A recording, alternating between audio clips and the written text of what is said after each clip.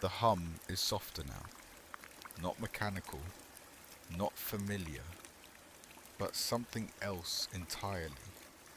A low murmur that folds into the cabin air like steam curling off forgotten tea, and you find yourself staring forward, eyes dry, hands still resting on the wheel, though you haven't felt the road move in minutes, or longer.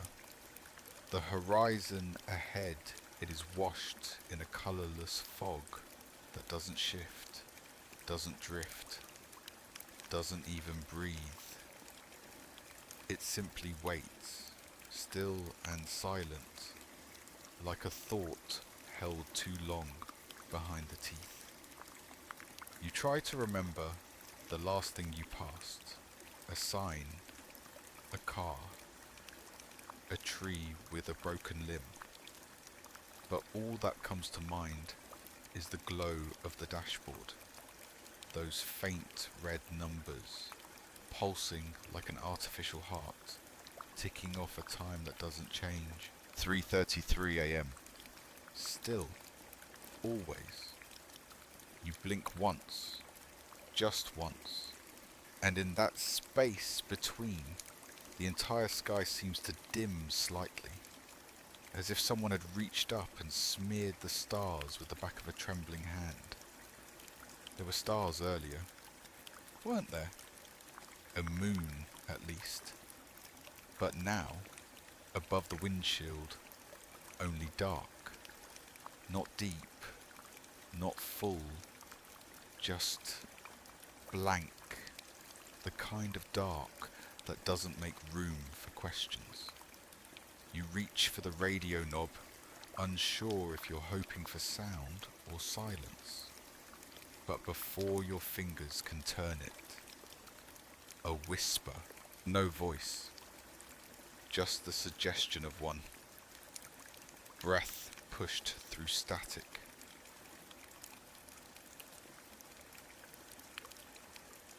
The sky never turns blue. You don't know why you said it, but it felt true. The words didn't pass your lips so much as appear fully formed inside your skull, like a memory echoed from someone else's mouth. You lower the window an inch. No wind, no birds, just the faintest shiver of air, like a breath shared between strangers. And then, from somewhere behind the glass, a voice not yours, hushed and trembling, barely part of the air at all. Welcome to Whispers Beyond Midnight. You don't remember hearing it. But somehow, you knew it was coming. The engine hums again, stronger now, like it's been listening, waiting for your agreement. You press your foot to the pedal and the car responds, not eagerly, not with purpose, but like it too has nothing else to do. Outside the windshield, the road extends forward in one thin, unwavering line. No cracks, no markings, just that pale suggestion of distance barely carved into the fog. You check the GPS. The screen is blank. You check the mirror. Nothing. No road behind you. No lights. Just the faint shape of your own eyes reflected in the glass. And even that, flickers once. As though the mirror is struggling to remember what it's meant to hold. Your hands tighten on the wheel, not from fear, not from certainty, but from that old, bone-deep impulse of muscle memory. You were taught once, somewhere, somehow, that when the world goes quiet, you keep both hands steady, as if that ever mattered. A low crackle from the speakers, then silence, Then again, the soft distortion, like someone trying to tune in a station that doesn't exist anymore. You drive on. The fog thickens, not like weather, but like paint, matte and absorbing, swallowing the edges of the world until only what's directly in front of you remains visible. And even that seems like it's being remembered, not seen. You pass a sign, or maybe just a shape pretending to be one. It has no words, no numbers, only rusted metal and a lean that implies it's tired of being read. You try to recall how long you've been driving. It feels recent. It feels endless. The digital clock still reads 3:33 a.m., still pulses red. Too red. A kind of red that doesn't live in daylight. And your eyes ache from trying to look away. You glance at your sleeve. There's dust on it. Not dust, exactly. Something finer. Grey. Like the aftermath of something burnt you don't remember burning. You lower your hand to the passenger seat. There's nothing there. There's always been nothing there. But the cushion carries an imprint, as if someone had sat there moments ago, shifting their weight just before you looked. You don't question it, not yet. The wheel jerks, gently, almost apologetically, as if it remembered something you did not, and guides you slightly to the right.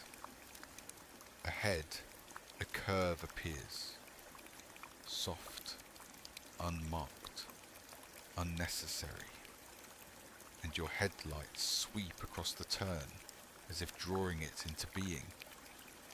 There's no resistance, only the hum, only the sense that you're not choosing anymore, you're remembering. The glove box shudders, not a knock, not a sound, just a soft shift of weight, like something inside adjusting itself, waiting. You don't open it, you don't need to.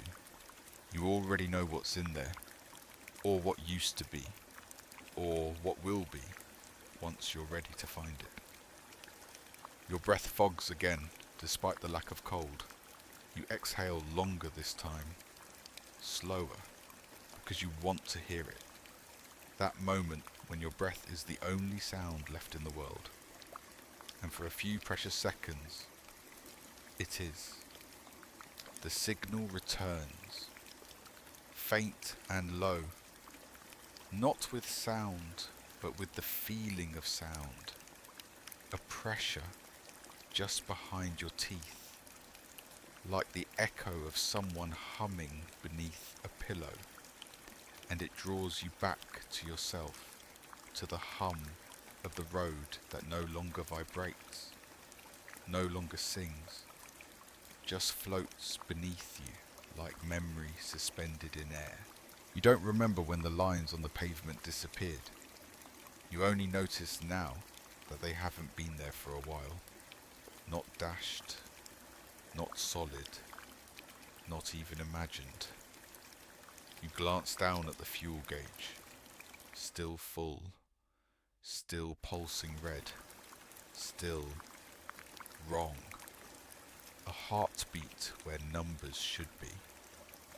You ease your foot on the gas, but the engine doesn't change its tone. It's not responding anymore. It's participating, as if the machine has long since surrendered the illusion of control and now simply accompanies you, not forward, but deeper. Outside the windshield, the fog has taken on texture. It swirls, yes, but slowly, deliberately, like it's thinking. You watch it gather near the edge of the road, coiling in soft tendrils that never quite reach across. And yet you feel them, their pull, their question, their weightless invitation. You touch the window again. Not cold, not smooth. The glass resists slightly, as though it remembers being something else. Skin, maybe, or a mirror. You pull your hand away slowly, leaving a faint outline that fades too slowly. The mirror above you twitches. You don't look yet. You don't need to, because something behind your eyes already flinched. The radio crackles. A soft breath, not static, but something pretending to be static, like a voice underwater trying not to be heard. You reach toward the knob, but it turns itself. Left, then right, then back again.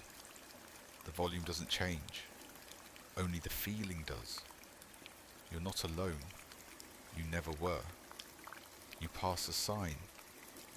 Rusted, leaning, unreadable.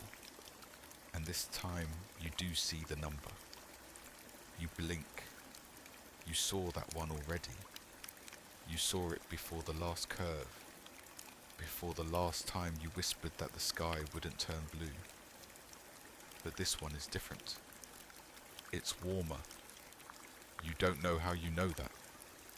You just do. You glance in the mirror. The reflection is fine. Too fine. Perfect even. Your face, your hands on the wheel, the empty seat beside you. But something about it flickers. Too steady. Like a paused video. A delayed loop. You raise one hand, just slightly. In the mirror, it doesn't move. Then, after a moment, it lifts too. Too late. Just late enough to remind you that reflection is no longer yours. You look away. Outside, the fog thickens again, and within it, ash. Not from a fire, not from heat, just ash. Falling upward, you stare as one flake lands on the windshield. Grey, soft, gentle, and stays. It doesn't melt. It doesn't smear. It just rests there, quiet, like it's been waiting. Another flake joins it, then another. You flick the wipers once. The ash streaks, but doesn't move. The smear it leaves behind, it is not a mark, but a shape. A question mark, or a spiral. You can't be sure. A whisper from the back seat. Not a word, but the sound of fabric shifting against fabric. The soft press of weight rediscovered. You glance over your shoulder. The seat is empty, but you already know what's there. You already feel it watching. Not with eyes, with memory, yours or someone else's. You lean slightly forward. The road darkens, not because the light fades, but because something behind you has begun to forget you. The mirror flickers again. This time, not your face, not your reflection. A hallway, a long one, with a door at the end that leans just slightly to the left. You blink. It's gone. Only the mirror remains, silent and still. Your breath fogs again on the inside of the windshield. You trace a line through it with your fingertip, a curve, a loop, the same symbol from the smeared ash. You don't know what it means, but it remembers you. You feel it in your ribs, in your wrists, in the ache behind your eyes that says, "You've been here before." The glove box breathes again. This time you hear it, a soft creak, like a hinge remembering it once mattered. You don't open it, but the vibration inside grows louder. Not angry, not urgent, just rhythmic, just ready. The fuel gauge pulses again, still full, still impossible. You reach for the dashboard, just to steady yourself. The material beneath your palm hums, not like an engine, not like electricity, like breath. In, out, in, out, and beneath it, something else. Whispered cue. A candle flickers. Your breath slows.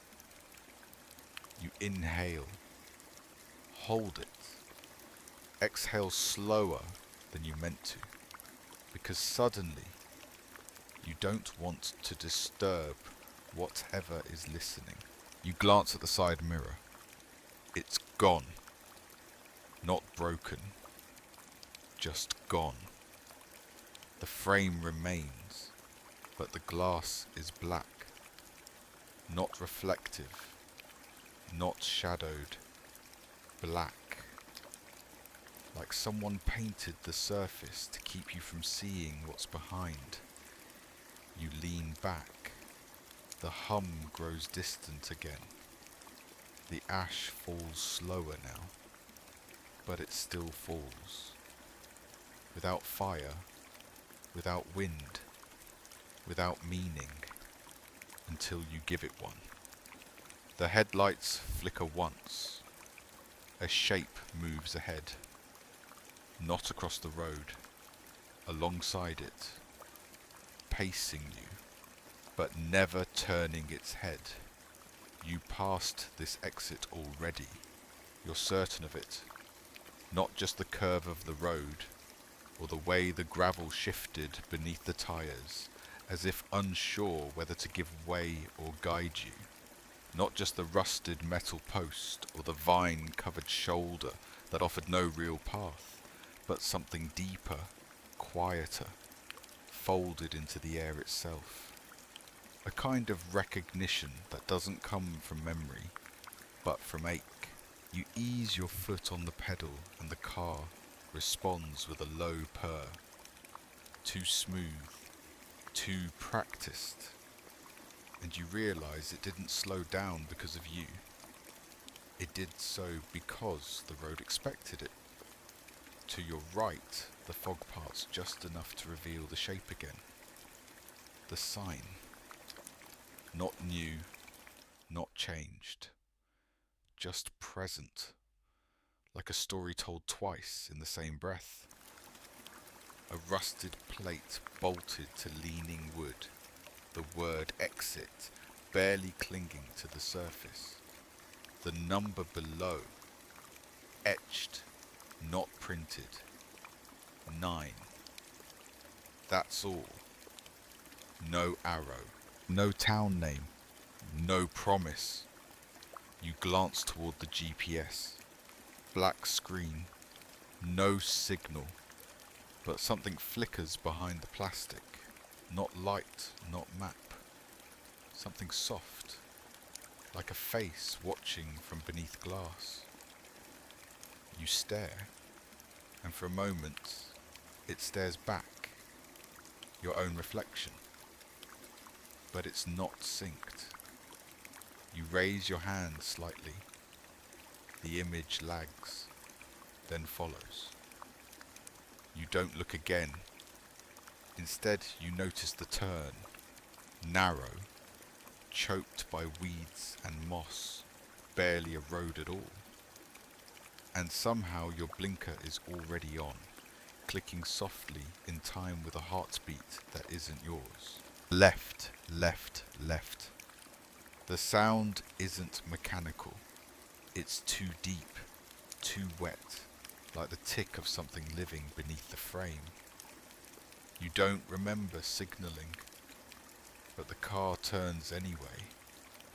The main road vanishes behind you in the mirror. Or it should, but the glass has gone flat again, blank, holding only a quiet shimmer like heat rising off a long-forgotten screen. You roll down the window just slightly, expecting air, but the silence presses in instead, dense and intimate, as if the world outside forgot how to breathe without permission. The tyres shift from pavement to gravel, then from gravel to packed dirt. Then the sound disappears entirely, replaced by a hush, soft and padded, like driving across old carpet in a room that never had doors. Ahead, the trees rise, not tall, not wide, just too many. Their trunks are etched with shapes, curves, circles, letters that almost form words, but don't. You see your name there, or think you do, but the spelling is slightly off, like someone tried to remember you from a dream and almost got it right. The fog thickens again. No headlights needed. The road glows faintly from beneath, not with light, but with attention. The engine hums softer. Then, from the left, movement. Not fast, not sudden, just presence. A glint between branches. A shimmer like glass catching the last memory of a sun that no longer rises. You turn your head slowly. It's gone. But the shape of it stays inside your chest. A word you were about to say, but swallowed instead. The car keeps moving. You didn't press the gas, but it knows where to go. The rearview mirror flickers again. This time you don't look. Instead, you focus forward, where the trees begin to lean closer together, their tops forming an arch, like the bones of a cathedral long buried. You drive beneath it. A breath catches in the cabin, but it isn't yours. You feel the temperature drop slightly, not around you, but inside the car. The seat exhales beneath you, a long, slow shift of cushion and spring, as if someone just stood up from a place they'd been sitting for far too long. You glance to the side. The passenger seat is still empty, but the imprint is deeper now. You keep your hands on the wheel, steady, still, even as the dashboard begins to change. It's subtle at first. The dials soften, edges blur, numbers fade. Then, where the radio was, a small square appears, flat and white, like paper. No screen, no knobs, just a space where sound used to live. Then, a voice, your voice, soft, fractured. Exit wasn't there. You blink. You never said that. Not aloud, not even in thought. But the voice continues low and even, as if recorded long ago or later.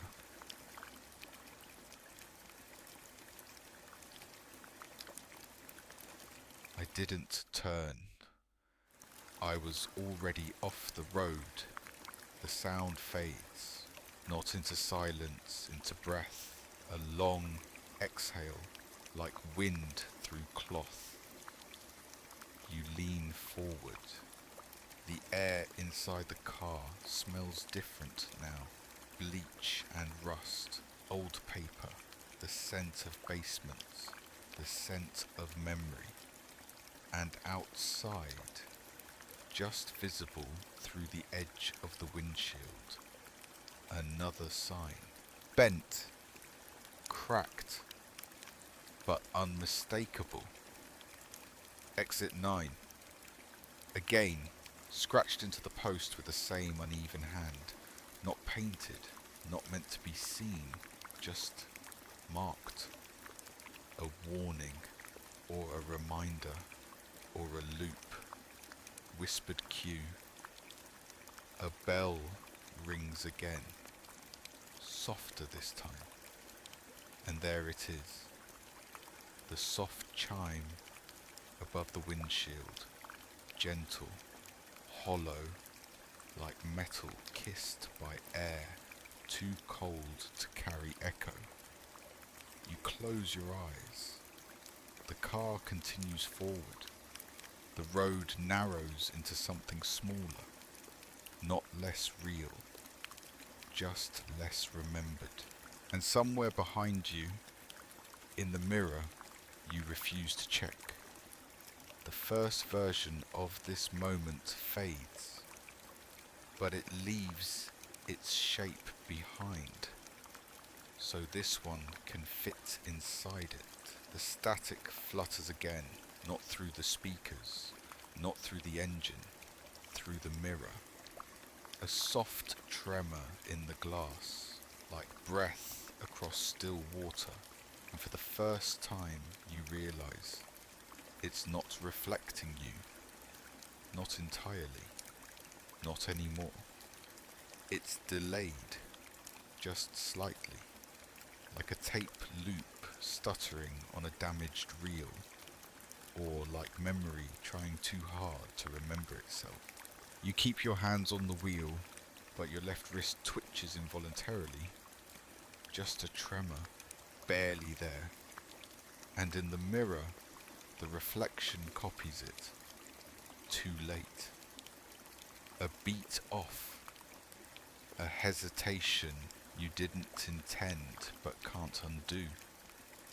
The road ahead straightens, flattens, vanishes into fog too thick to drive through, but too inviting not to enter. And still, the car hums beneath you, not mechanical anymore, not purposeful, just obedient, just there. You glance again. The mirror doesn't blink, but your reflection does. Only once. Only the eyes, not yours. It feels intimate, not frightening, like being remembered by something you didn't know had forgotten you. The dashboard hums again. Not a sound. A pressure, like someone pushing lightly against your chest from the inside, just to make sure you're still breathing. You are. But the breath feels borrowed. You touch your collarbone absent-mindedly. Your pulse is steady, but distant, as if it's travelling a longer route to reach you.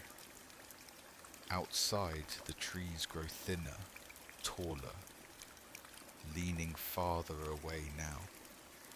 Backs turned. You pass them like witnesses who refuse to testify. They do not move, but they remember. You feel it in the quiet. A presence behind their stillness. A suggestion of what they once saw. A guilt they refuse to name.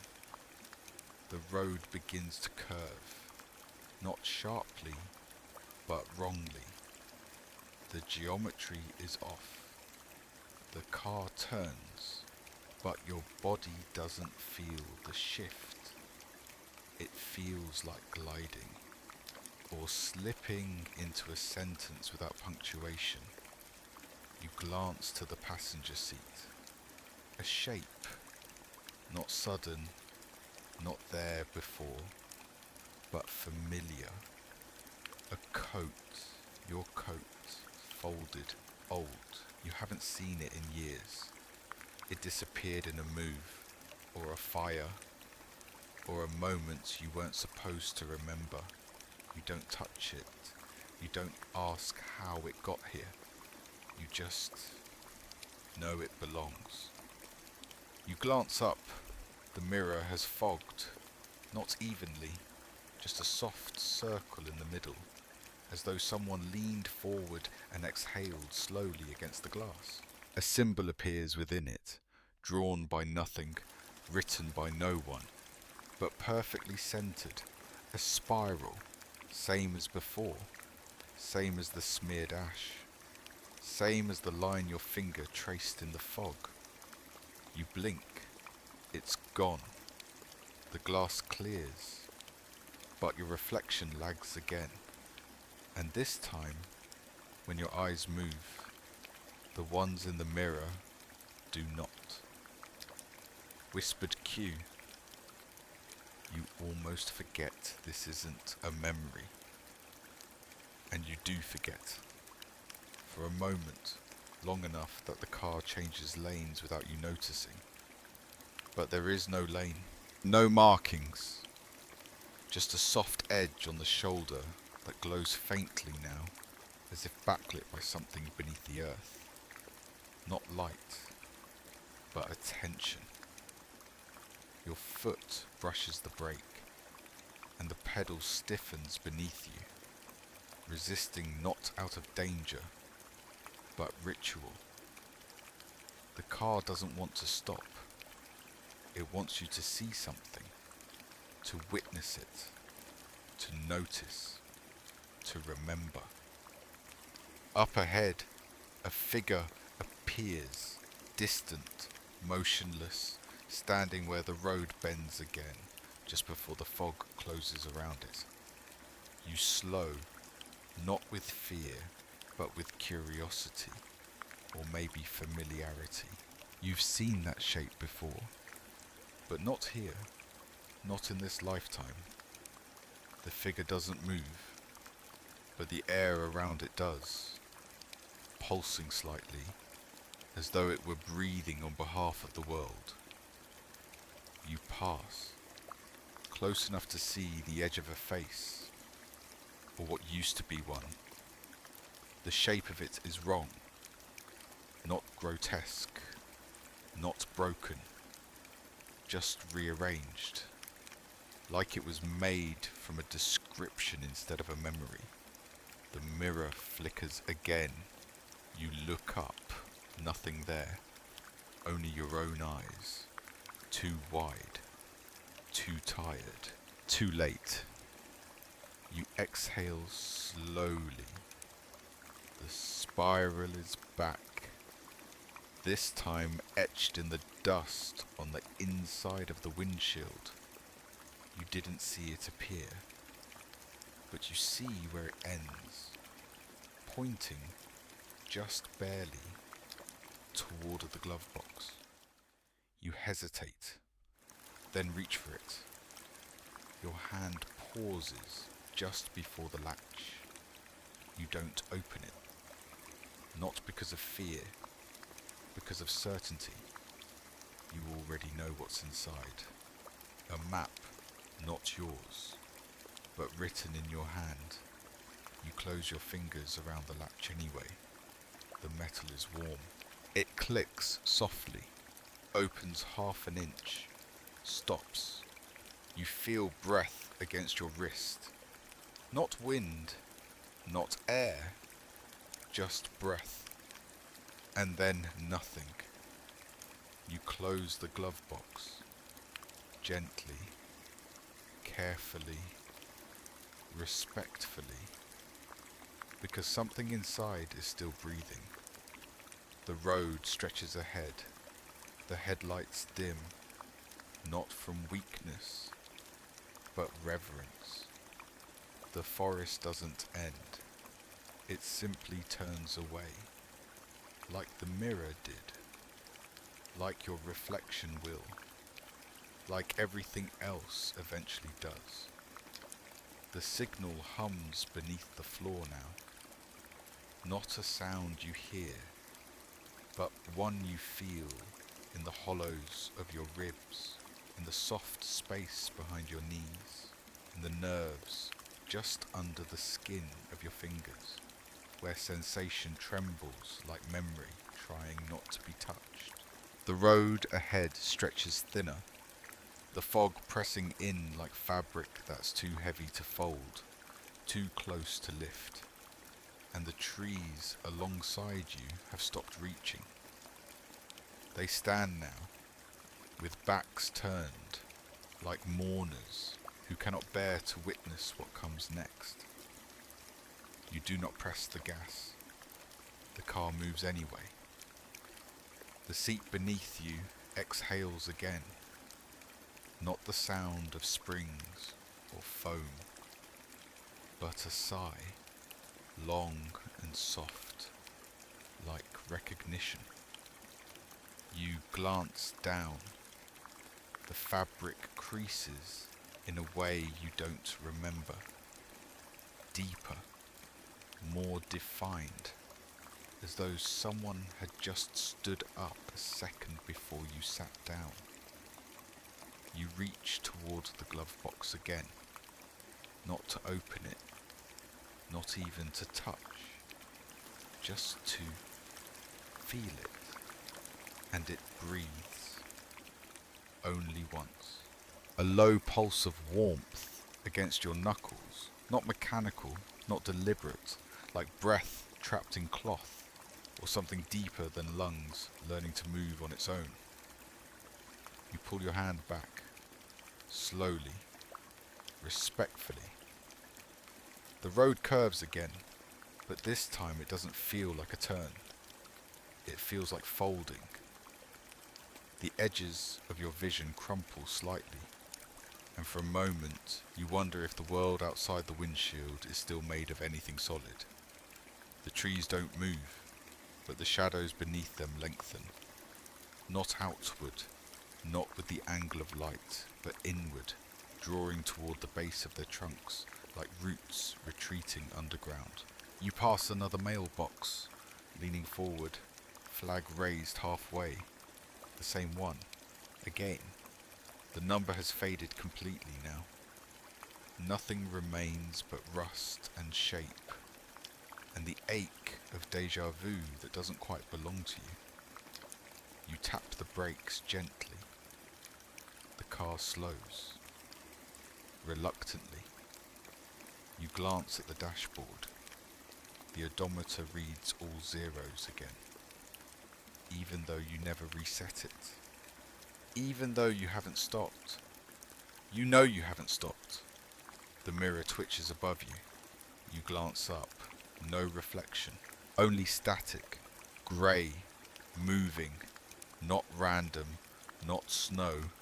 But pulse. Steady. Measured.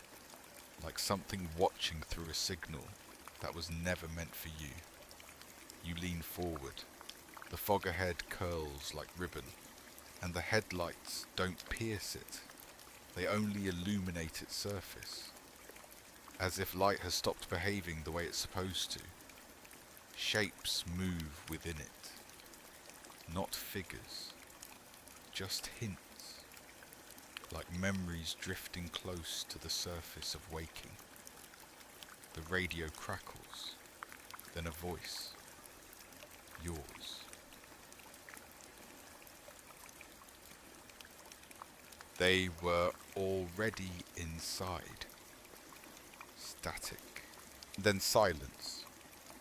You never said that, but your mouth tastes like you did. The steering wheel vibrates, just slightly.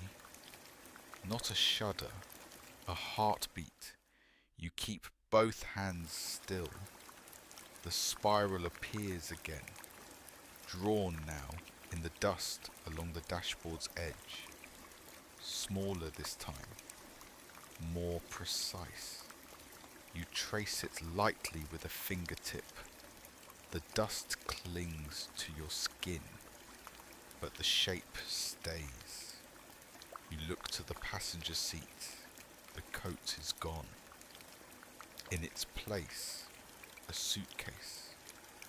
Your suitcase. Old. Leather. Scuffed at the corners. The tag is still attached. You reach for it.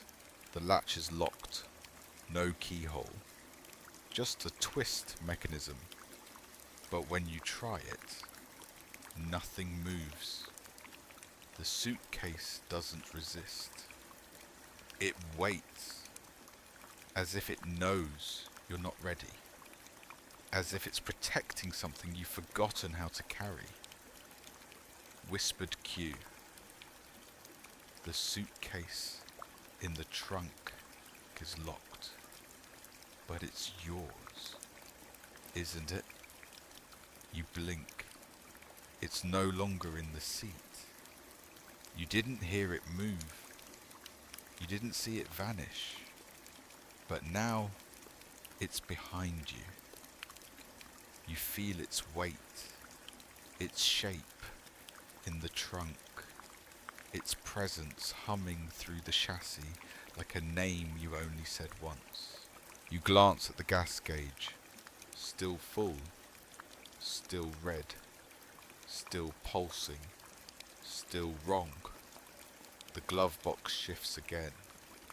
This time, a sound, barely audible, a soft scrape, like paper sliding against plastic.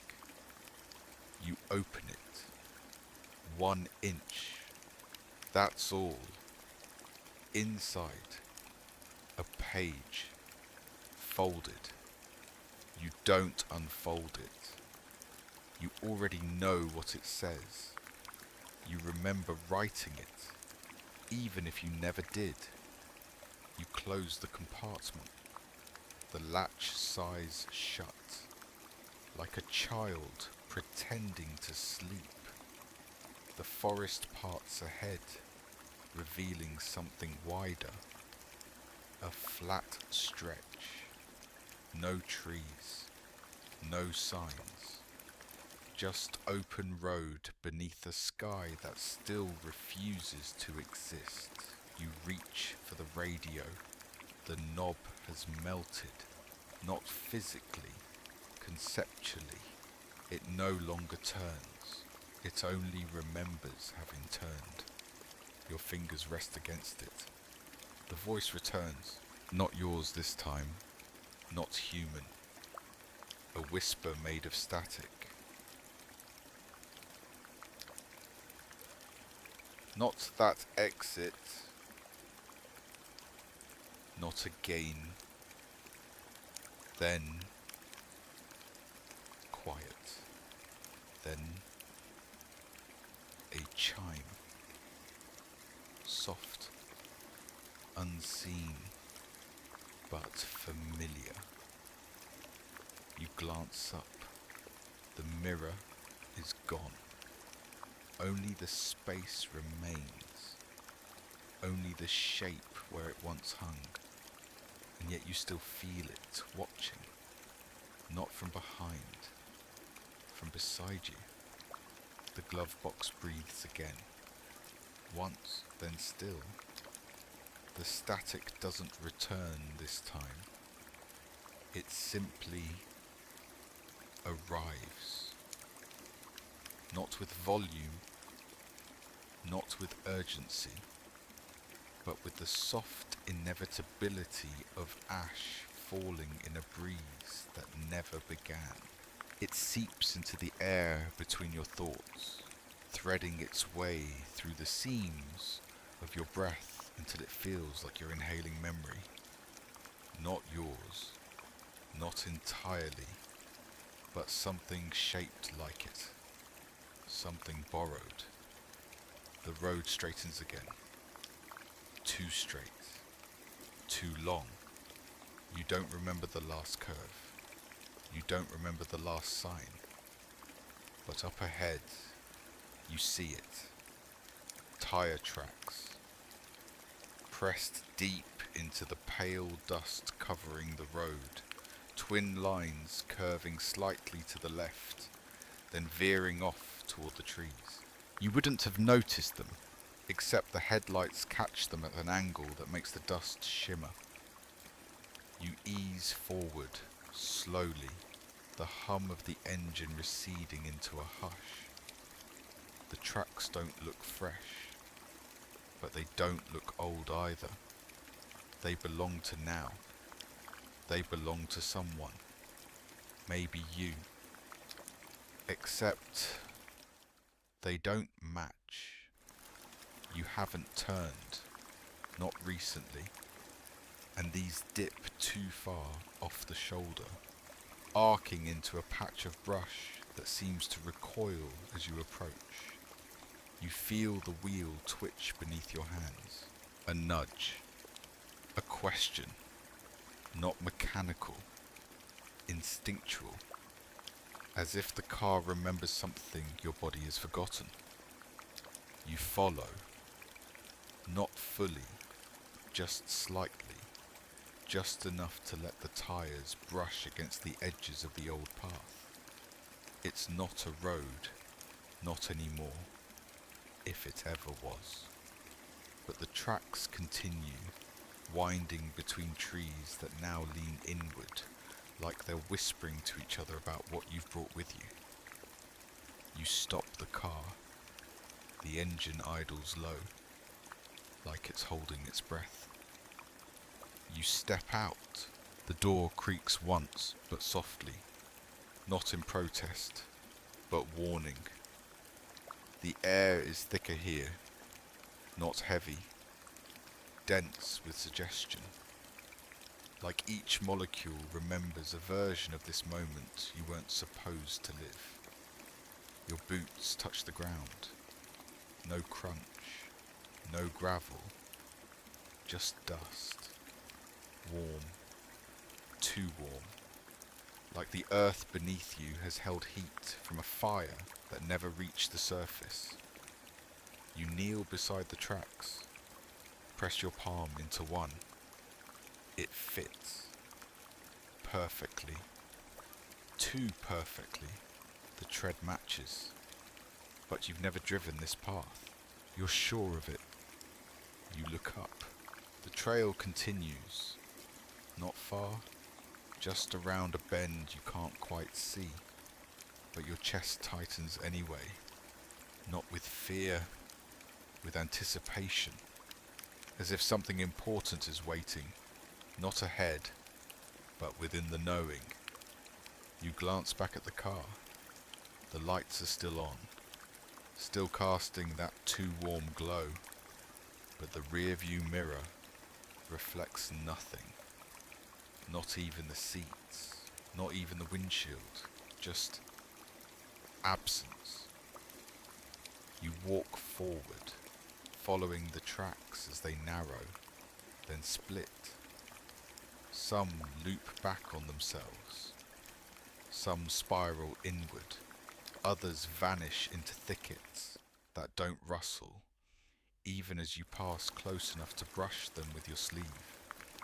You find a clearing, circular, flat, dirt patted down by weight, heavy weight, and in the centre, a smudge, not quite a stain, not blood, not oil, just residue, like something once rested here, or was built here, or left.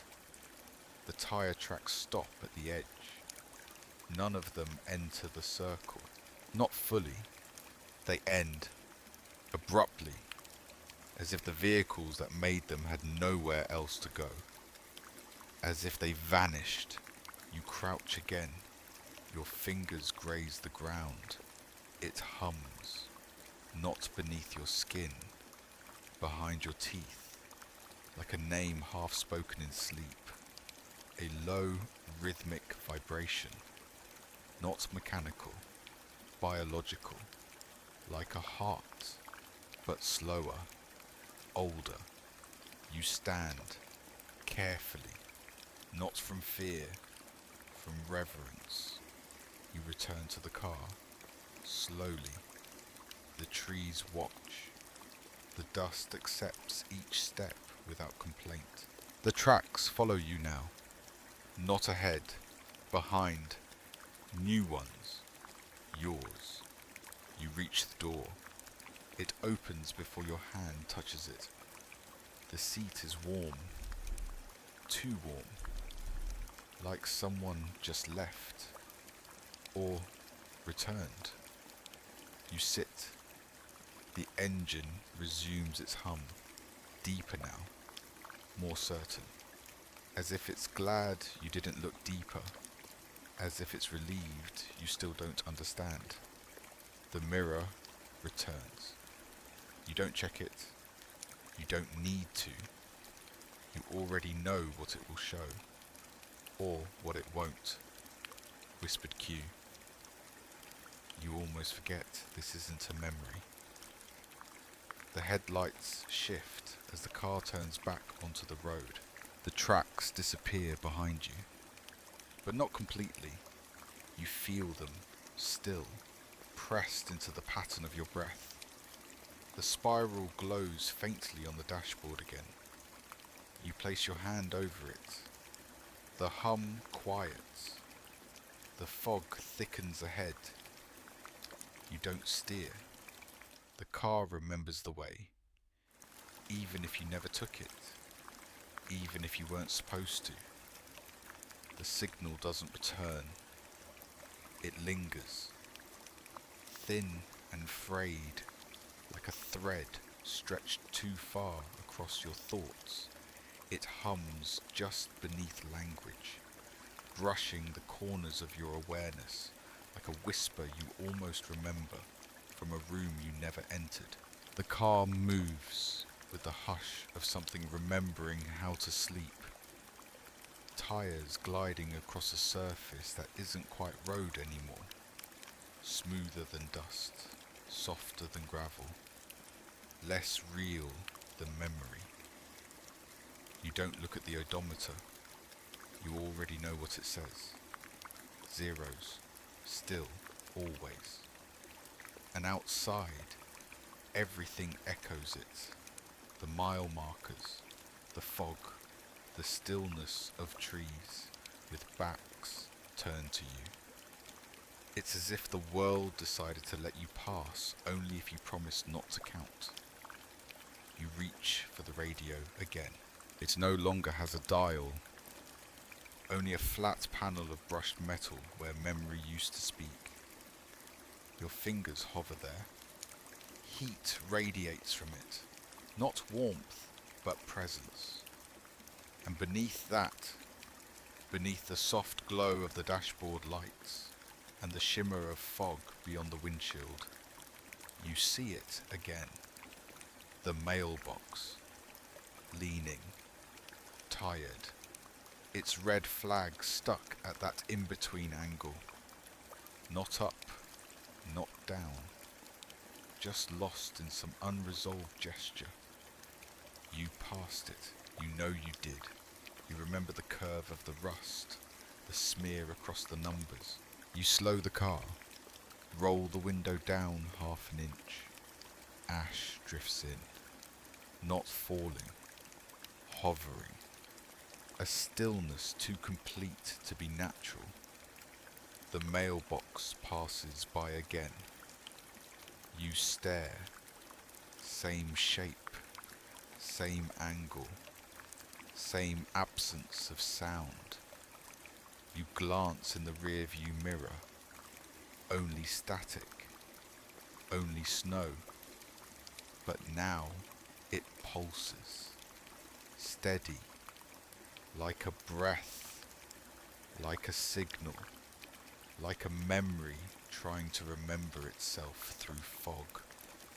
You glance forward, and there it is again. The mailbox. Not another one, the same one. Again. Exactly the same. You tap the brakes. The car slows reluctantly, like a dream that doesn't want to wake. You roll the window down farther, stick your hand into the air. It's not cold. It's not anything. Just soft, indifferent. The kind of stillness that happens when even silence forgets to echo. You lean out slightly, The smell hits you. Paper, burnt edges, wet ink, and beneath that, something older. Oil, dust, ash, and something else. Something that used to be human. You glance back toward the road. The mailbox is gone again. You don't remember passing it, but it's not there now. The radio crackles, just once, then clicks. And in the passenger seat, something moves. Not a shift, not a sound. Just the sense of weight returning. You look, nothing. But the seatbelt is twisted, as if something sat there, just for a moment, long enough to remember how. Whispered cue. Ash drifts in the quiet. The fog parts for a moment, only briefly. You see the mailbox again, same position, same tilt, same flag. But this time, something's different. A symbol drawn into the grime along its side. The spiral, not scratched, drawn, as if with a fingertip. You stop the car completely. The headlights dim, not in failure, in reverence. You open the door, step out. The ash doesn't fall anymore. It waits. You approach the mailbox slowly, each step muffled by something softer than dust. You reach out, touch the box. It's warm. Not recently, not faintly, fresh, as if a hand just left it. The spiral glows slightly beneath your touch. You trace it with one finger. The metal beneath feels soft, not hot, like skin, stretched too thin over breath. You step back, the spiral fades, the box sighs. You return to the car, close the door. The radio turns itself on. Your voice again, soft, faltering. You already passed this. Then silence. Then breathing, not yours. Behind you, you check the mirror, nothing. You lean forward, eyes scanning the edge of the windshield. The mailbox is there. Again, you don't stop this time. You drive past it slowly. A mile passes. You blink. The mailbox appears again. The static returns in pulses now. Not as sound, but as presence. Like someone pacing in the next room of a house built entirely from breath. The road beneath you no longer hums.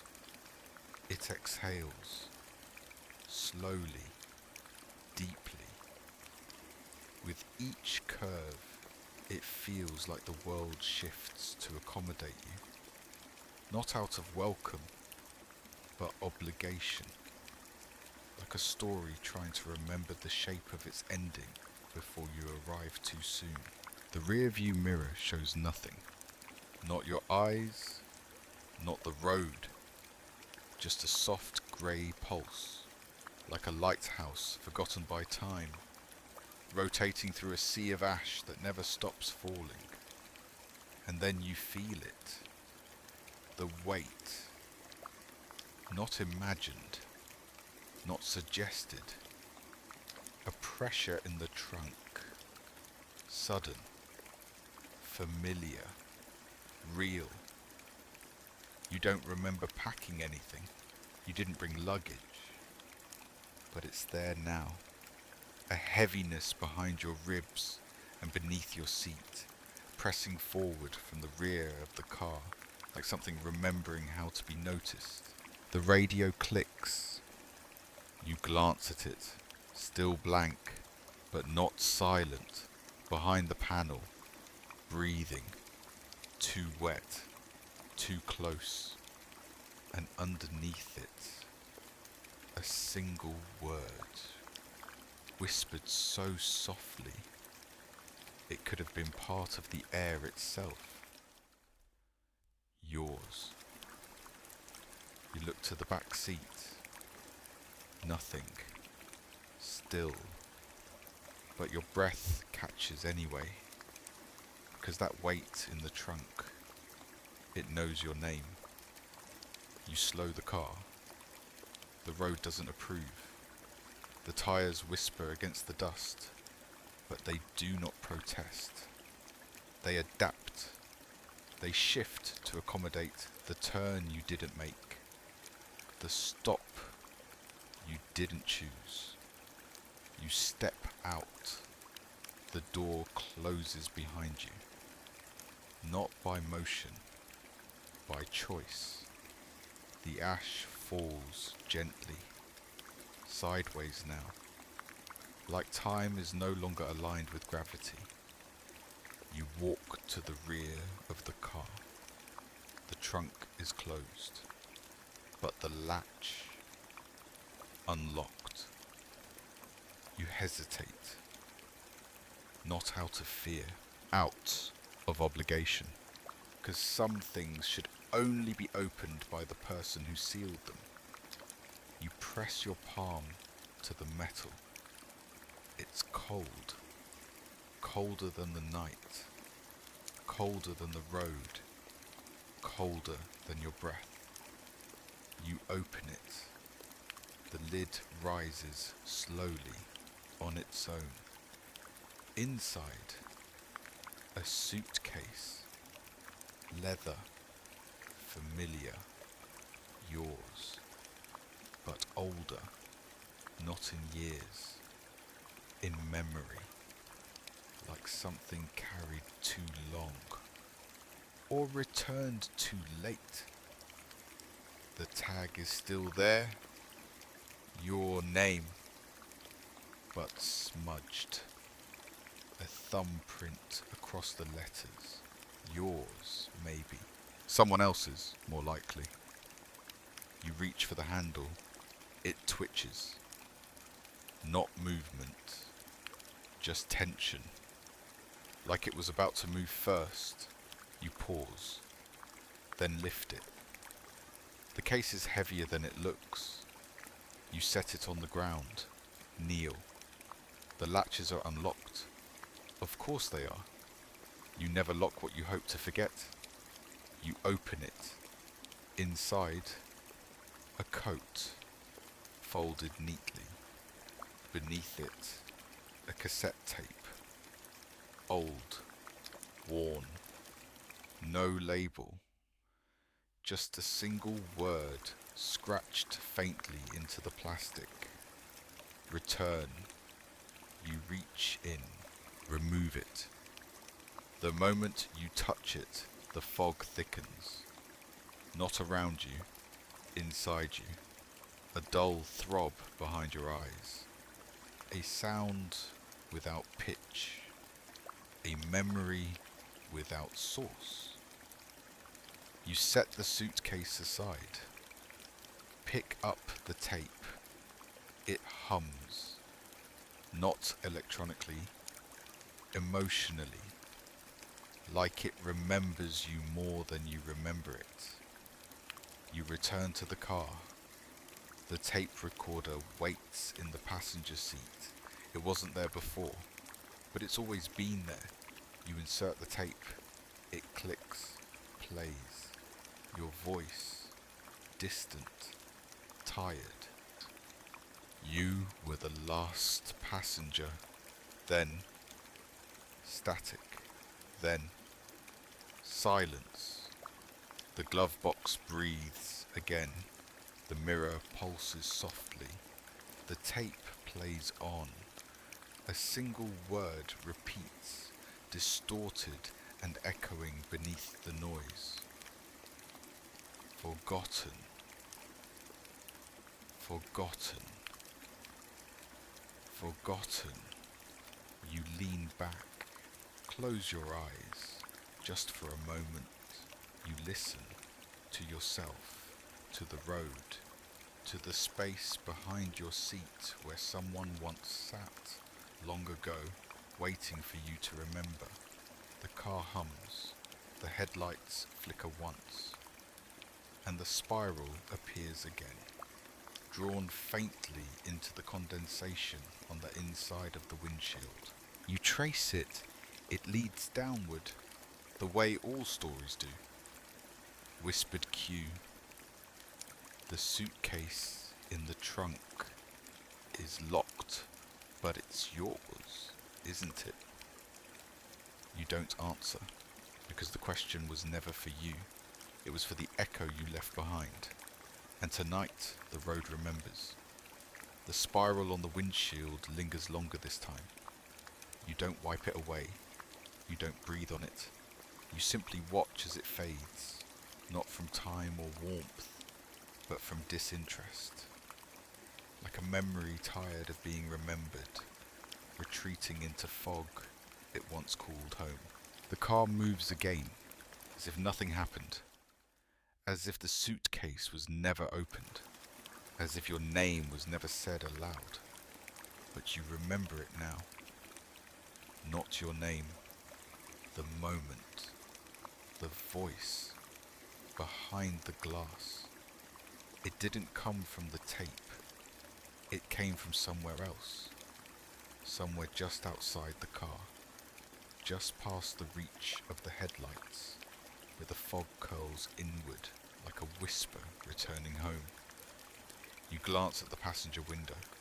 Frost begins to bloom along its edge, not in shapes of nature, but of gesture.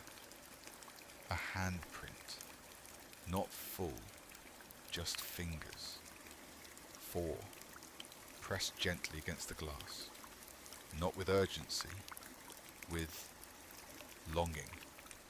You don't reach out, not yet, because you know it's not trying to come in. It's trying to remember how it left.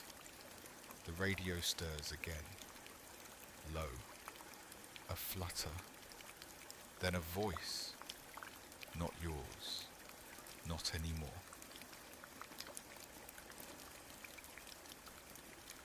You said you wouldn't forget, then nothing. You lean toward the glass. The handprint fades. Another takes its place.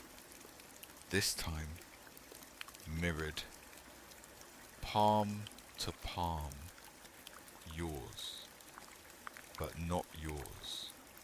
Smaller, more slender, familiar in the way grief is familiar, not immediate, but permanent.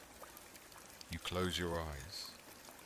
A name hovers on the edge of your tongue, but it doesn't come, because you never gave it one. Not out loud, only in thought, only when the silence felt too loud to bear alone. The glove box clicks open, not wide, just enough to reveal something new. A Polaroid. Face down. You hesitate, then reach for it. The edges are cold. Your fingers tremble. You turn it over. The image is dark, unclear, fogged.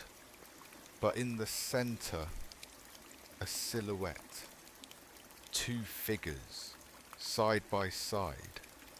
Your coat, your stance, your face, maybe, and someone else, hand in hand, no eyes, no faces, but posture tells a story no camera ever could.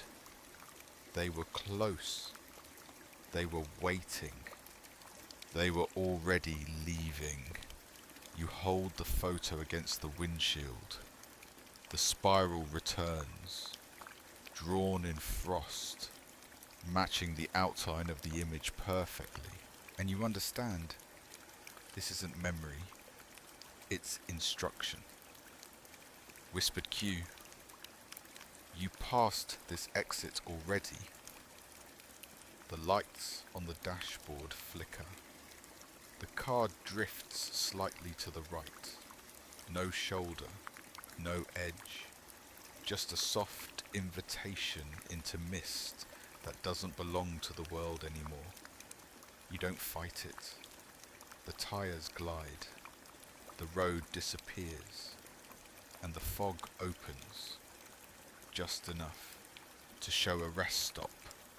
Old, abandoned, but clean. Too clean.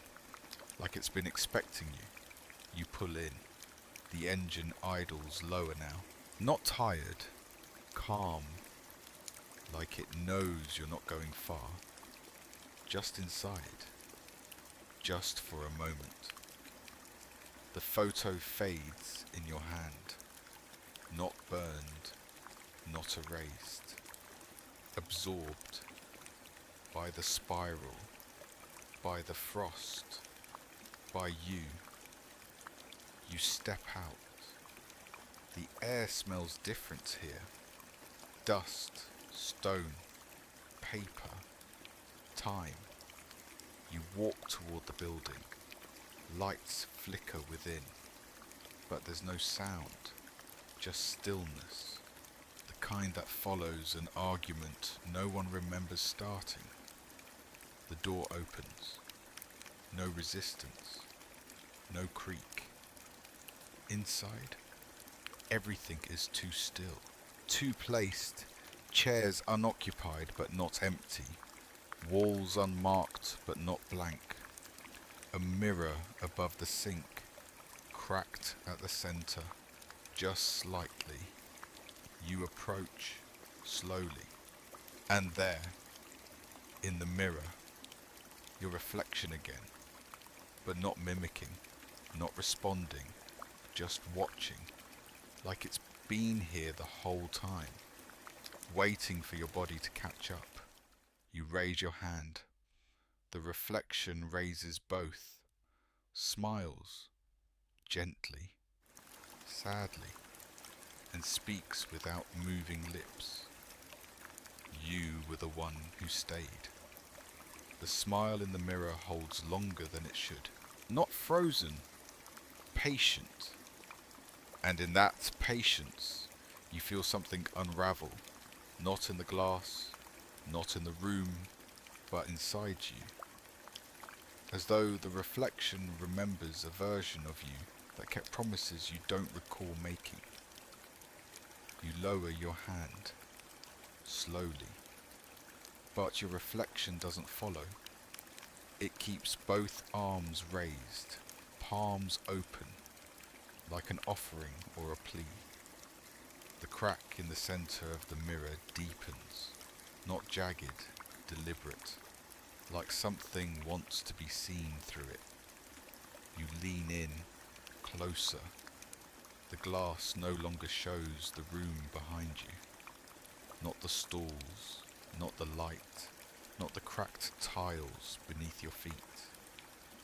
Only trees, dark ones, too tall, too quiet, and the hint of motion, slow, rhythmic, like something swaying not from wind, but from memory trying to breathe. You blink, but the mirror doesn't. You whisper something. You don't remember what, but the reflection nods, as if it heard, as if it agreed. You step back, the smile fades, the face remains, not yours, still wearing you, but older, or maybe simply remembered longer. You leave the bathroom, the light above the door flickers once, then dies. The hallway hums with that familiar tone, not a pitch, not a note, but the presence of static woven so tightly into the air that even silence begins to shiver. Your shoes press gently against the floor. No footsteps, no echoes, just the sensation of movement through something that used to be solid. You reach the exit, push the door open. Fog rolls in like a curtain, but not toward you, past you, as though it's exiting too. The car waits, unchanged, but closer, too close, like it moved, just slightly, to greet you, to collect what you've become. You open the door.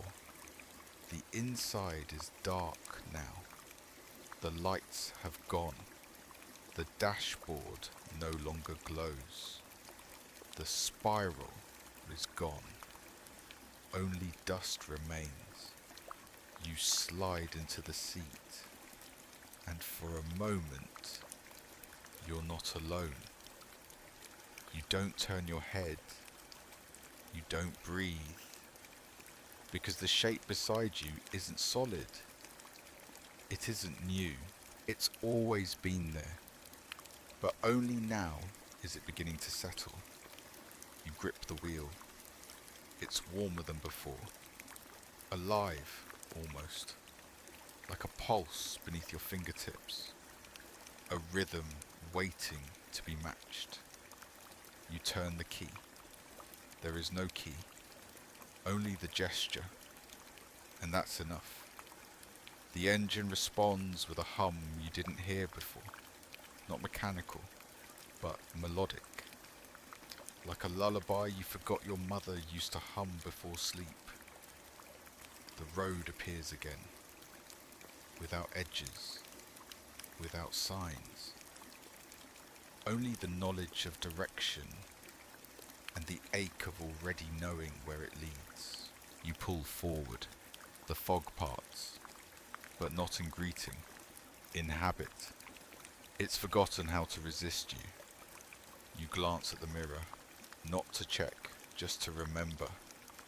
And there, not your reflection, but a photo taped to the glass of the two of you, still hand in hand, still waiting, still fading. Whispered cue.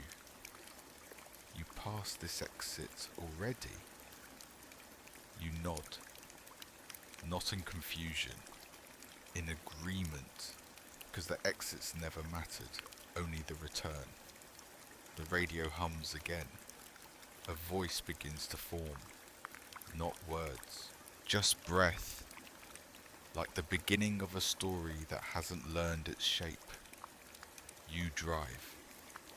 Without question, without map, because the only place left to go is the part of yourself still waiting in the mirror, smiling without blinking, whispering in static. You stayed, so I didn't have to. The air in the car thickens, not heavy, dense with remembering. Each breath you take feels less like something entering your lungs and more like something leaving. Slow, quiet, unspoken. The kind of exhale that only comes when you've already said goodbye to something you can't quite name. The engine hums, but lower now, lower than sound. A vibration you feel along the spine. Like someone gently running fingers down the memory's back. You pass another exit, no sign, no light, just a post, splintered and tilting, holding nothing. Still, your body tenses, instinct remembering shape long after logic has faded. Your hands grip the wheel tighter. You don't recall letting go. But something else was driving for a while, and it left something behind. The mirror is still covered. The photo hasn't changed, but the faces are softer now. as if they've blurred with time or with mercy. The spiral begins to pulse again, not on the dashboard, not on the windshield, but in your chest. A warmth spiraling outward, slow and even, as if a signal has begun to root itself beneath your ribs. The radio turns on. No buttons move. No knobs shift. But the voice returns. This time, it doesn't whisper. It hums. A single note. Low, circular, familiar. You've heard it before. A hallway. A hospital. A waiting room with no clock. You don't know why the memory surfaces, but it does. And when it does, the fog ahead brightens, just slightly, revealing a shape on the side of the road. A bench, too clean, wood polished, paint unchipped. A bus stop that has never seen a bus. You pull over, not by choice, by recognition. The car idles, then sighs. You step out. The fog presses closer this time, not aggressively, lovingly, like it's missed your shape. You walk toward the bench. It's empty, but only recently. The wood is warm. You sit. The silence here is deeper than the road. It doesn't just hold the absence of sound. It holds the memory of it. A place where noise once lived, then left, carefully. As if afraid to wake something sleeping, you look down. A flyer, folded, tucked beneath the bench. You retrieve it, unfold it. No words, just the spiral, printed in black ink on white paper, repeated over and over, lines too fine to be drawn by hand. You turn it over, one phrase, handwritten, still wet, still dripping into the fibres. The signal remembers you.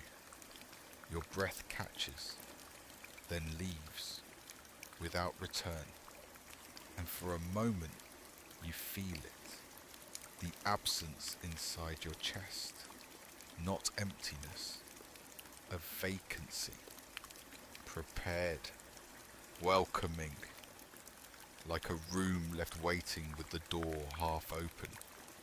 You rise from the bench, not because you're ready, but because someone else was.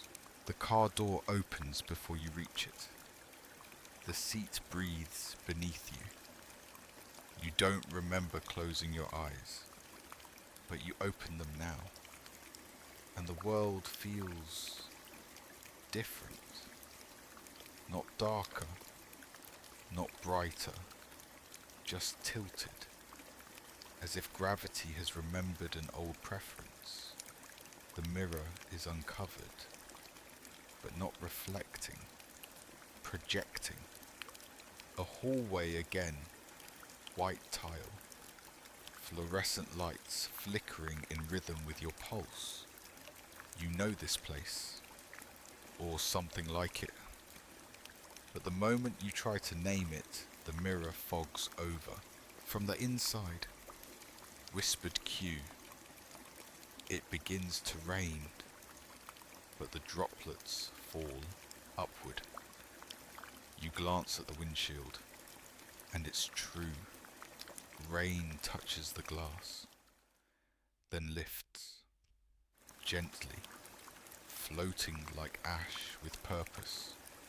Each drop rising into fog that accepts them like a memory retrieving its fragments. The spiral glows on your wrist now. Not ink, not burn, just presence. You touch it. It hums. You don't drive. The car moves on its own, on memory, on rhythm. And you let it because you've already left, haven't you?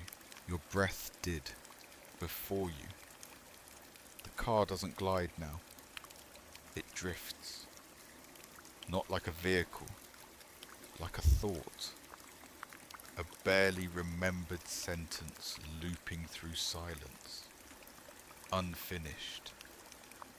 The fog ahead thickens, not from weather, but from attention.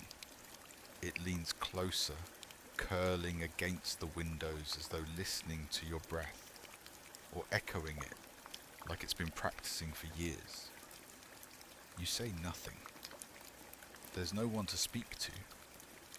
And yet, a shape emerges, not from the road, from the fog itself. Tall, narrow, too thin to be human, too upright to be otherwise. It stands in the middle of the lane, unmoving. The headlights dim when they reach it, not blocked, absorbed. Like the light is remembered, not reflected. You slow. No brakes squeal, no gravel protests, just silence, too complete to trust. The car stops, on its own. The shape doesn't move, but you know it's watching, not with eyes, with intent. The kind that knows you, not from photos, from memory, from something you forgot to forget. You open the door, the air resists, only slightly, like a sigh returned to lungs too tired to hold it. You step out, the fog closes behind you. The shape ahead still hasn't moved, but now it breathes, slow, measured, with rhythm that matches your own.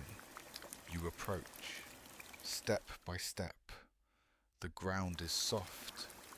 Your feet don't echo. There is no sound, only breath, yours, and something else. You stop a few feet away. The figure is still now, but not empty, draped in something that isn't cloth. Not shadow, not mist, but suggestion. It tilts its head, not curiously, gently, lovingly, like it's seeing someone returned. You say nothing, because your voice isn't yours here, and still, it responds. A single movement, a hand, if that's what it is. Rising slowly, pointing, not forward, not backward, down to the earth beneath you. You look. Nothing. Dust, but it stirs, shifts, and then a shape. Another spiral. This one shallow, etched into the ground as if carved by wind. At its center, a name, not yours, but familiar, too familiar, one you've never said aloud, but thought of when silence hurt most. You mouth it, and the figure nods, slowly, with sorrow, with memory, with certainty. The spiral pulses. The fog around it trembles, and the shape begins to dissolve, not into mist, into memory. You reach forward, not to touch, to remember, and as your fingers graze the edge of where it was, warmth, a presence The kind that lingers in childhood bedsheets. The kind that watches you fall asleep. The kind that leaves a note. Never signed. Always known. You return to the car. The seat is colder now. Like it missed you. The spiral on your wrist flickers once, then steadies. The radio turns on. You don't press anything. A voice speaks, yours, but not the one from the tape, older, fractured. They knew your name before you ever heard it, then static, then silence, then breathing, but not yours. From the back seat, you look no one, but the seatbelt is twisted again, as if it was used not long ago. Whispered cue. You almost forget this isn't a memory. The car begins to move, not driving, drifting. The spiral pulses once more, in sync with the rain still rising outside. You glance at the mirror. It's fogged, but not randomly. A handprint. Your size, your shape, drawn from the inside, like something climbed out of your reflection and forgot to leave. The handprint on the mirror does not fade. It waits. It lingers like breath on glass, like the moment after a question is asked but never answered. Not because the words failed, but because the person who was meant to speak simply vanished. You reach toward it, but stop, because something in your chest coils instinctively, a memory, not of fear, but of being left behind. The mirror is not showing you, it hasn't for a while. Instead, it glows faintly from within, like a tunnel or a door, or the face of something once familiar now blurred by years. The radio turns on again, but this time, the static doesn't come first. This time, it begins with music. A single piano key, soft, out of tune, repeated, like someone practicing the beginning of a lullaby they never finished. You listen. And underneath the notes, you hear something. Not a voice. A scrape. Metal against wood. Footsteps across linoleum. A hallway you almost remember. You close your eyes, and the room returns. White walls. A single bed. A television mounted in the corner. Screen off. Humming anyway. You're standing at the foot of the bed, but there's no one in it. There should be. There always was. But not this time. Now the covers are pulled back, and in the center of the mattress, another spiral, drawn in ash. You open your eyes. The car is still. The mirror has gone dark, and the spiral is on your hand, not drawn, not burned, branded in cold, like absence itself left a mark. You pull over without realizing it. The road disappears behind you, not fading, unexisting. You step out. The earth here is wrong. Too even, too flat, like it was laid out for something ceremonial. You kneel, touch the dirt, it breathes, once, then stills, and you remember something. Someone once told you, when someone dies, you don't lose them. You just stop seeing where they went, but you've always known. You just never wanted to look. A shape appears ahead, small, still. A figure sitting on a bench that wasn't there a moment ago. Back to you, shoulders hunched, fingers twitching softly in their lap. You approach. The shape doesn't move, but you feel its breath in rhythm with your own. You stop a few feet away. It turns, and you see yourself, but younger, tired, wearing the same coat you swore you buried in a box you never opened again. The younger you looks at you, tilts their head, mouths something. You don't hear it. You don't need to. You already know. They're not angry. They're not asking. They're not even waiting. They're remembering. You sit beside them, not too close, but close enough for the spiral between you to connect. You both stare at it.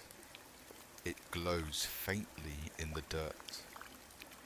The rain starts again, but only above your heads, and the droplets still fall upward, like time itself is exhaling.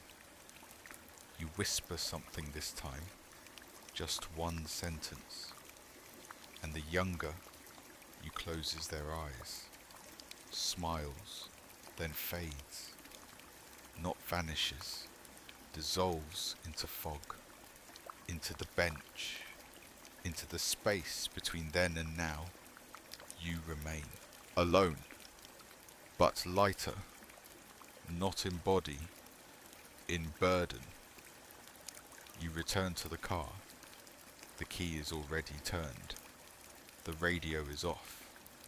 But the cassette player now holds 2 tapes, stacked, waiting.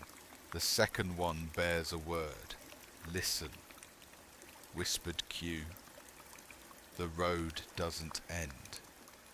It loops. You don't play it yet. You don't need to. Because the spiral has begun to pulse again. Not just on your hand, but in the mirror.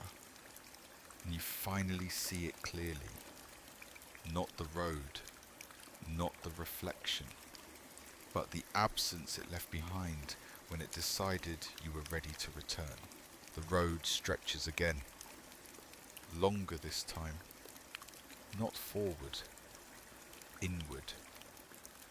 Each mile feels less like distance and more like a heartbeat, each marker not measuring space but memory.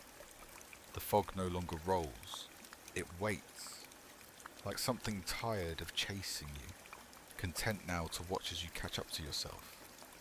The second tape remains untouched.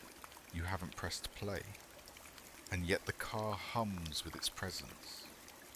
A vibration in the seat, a pressure in your bones, the way an old voicemail lives in the silence between ringtones. The spiral on your hand no longer glows. It pulses, softly, like a warning or a welcome. You pass another exit. There is no number, no sign, only a wooden post. Its top wrapped in black ribbon. You slow, but you don't stop. The air is too still here, too exact. You check the mirror. It no longer reflects. It replays. The bench. The younger you. The moment before the fade. On loop. But slower now. Like someone is watching it back again and again, trying to catch a detail they missed, or hoping to relive one they didn't. The radio clicks, but no sound comes. Instead, The windshield begins to fog from the outside. Symbols appear, drawn by fingers you can't see. You lean forward. Circles, arrows, a map, but not to a place, to a pattern. Your pattern. Each exit, each stop, each breath you thought was chance. You blink and the image is gone. But the route remains, memorized by muscle, buried beneath routine. The glove box opens again. This time, it groans, as if tired of holding what it was never meant to keep. Inside, a notehood, spiral bound, pages torn, but one left. Your handwriting. You don't remember writing it, but the pen mark is still wet. One sentence. You forgot the reason you left. The steering wheel tightens in your hands, not mechanically, emotionally, like something is clenching around your knuckles, pulling you back toward the thought you buried in the trunk of your life. You grip tighter. The fog ahead parts again. Another exit. This one lit. Dim yellow bulbs humming with insect wings and regret. A sign this time, but no text, only reflection. Whatever the lights catch, it looks like your name, but shifts before you can read it. You signal. The blinker clicks, but you don't turn. You keep driving, because whatever waits down that ramp already knew you wouldn't return. Whispered Q. Your flashlight flickers, not out, but inward. And it does. The glove box light sputters. The overhead bulb dims. The spiral vanishes from your skin. And the second tape begins to spin. You didn't touch it. You didn't press play. But it starts. The car fills with a new voice. Yours. But not now. Older. Hollow. Weary. You were supposed to exit before this. The sentence loops twice, then fades, and something new takes its place. A sound, glass breaking, not loud, distant, like a mirror falling in a room no longer furnished. You glance at the rear view. Nothing, just fog. But you feel it now. Someone is behind you, not in the car, in the exits you passed, in the choices you abandoned, in the names you never learned. The steering wheel loosens, inviting you to let go. You don't, not yet, but your grip softens, because the road is no longer asking for direction. It's offering you one. You don't look at it. The passenger seat. Not directly, but you feel it. The way one feels a room shift when someone walks in silently, or the way a dream changes shape when another presence enters without being named. It exhales. You hear it, not with ears, but with the skin of your neck. A breath, shallow, rhythmic, folded into the whisper of tyres against fog-wet asphalt. And you know it was never truly empty. Not even before this drive. Not even before the exits disappeared. You keep your hands on the wheel. not for control, for comfort. The spiral on your wrist has dulled now, its glow fading inward like ink being absorbed into a letter never sent. The tape spins, slow, but no sound comes, only a soft hiss, a presence between words.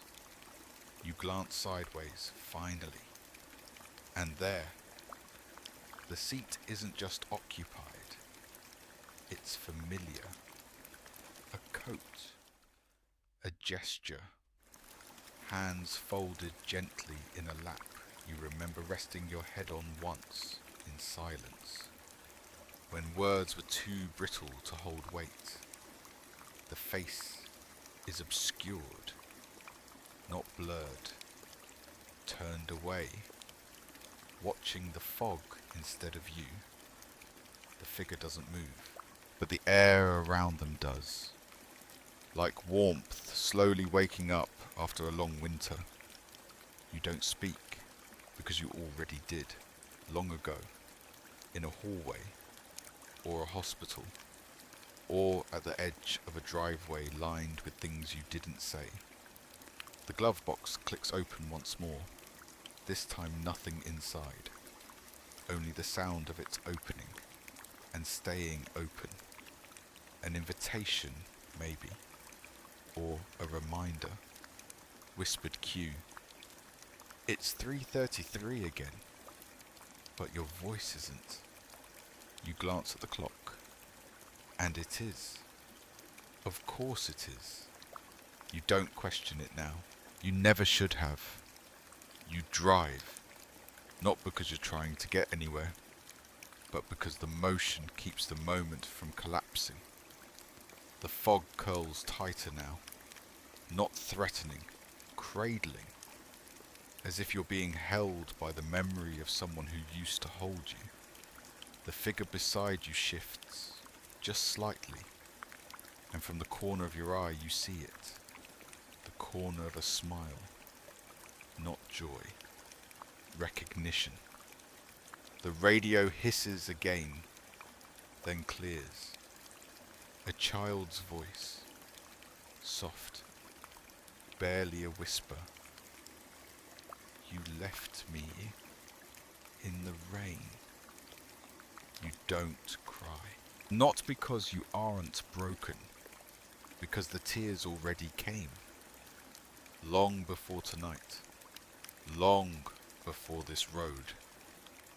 They came when you packed that box, when you shut that door, when you said you'd come back and didn't.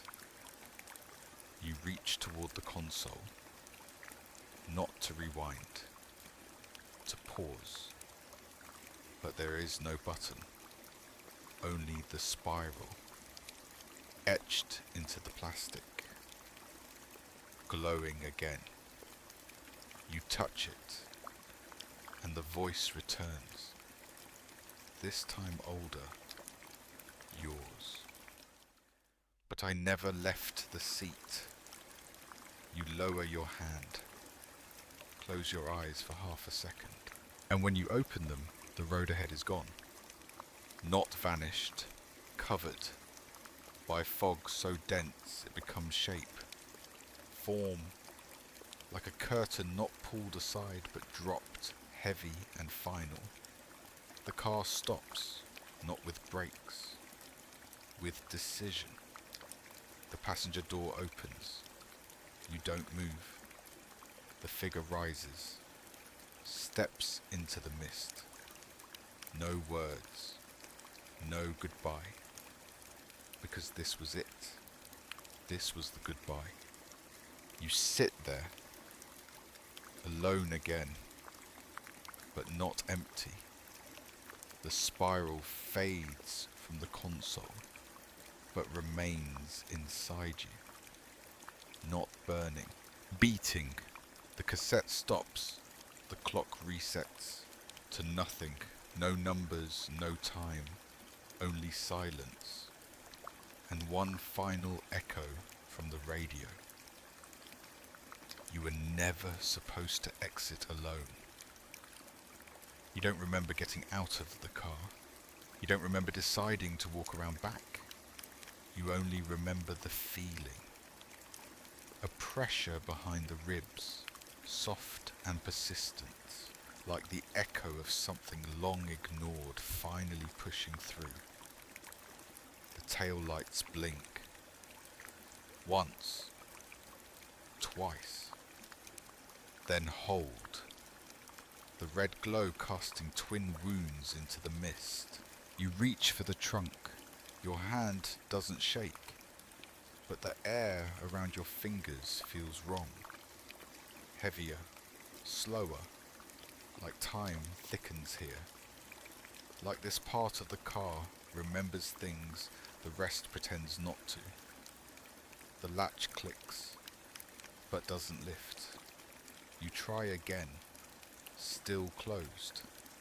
Then, the hum, low, mechanical, but not. Like the sound of an old cassette rewinding in reverse, layered with breathing too steady to be machine.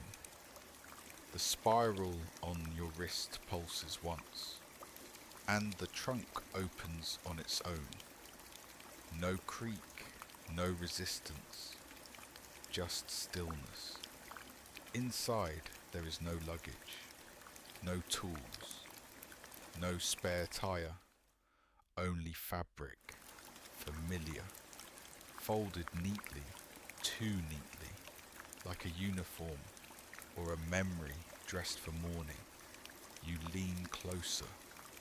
Beneath the fabric, a notebook, black leather, no title. You pick it up. The spine crackles like bones settling. You open to the middle.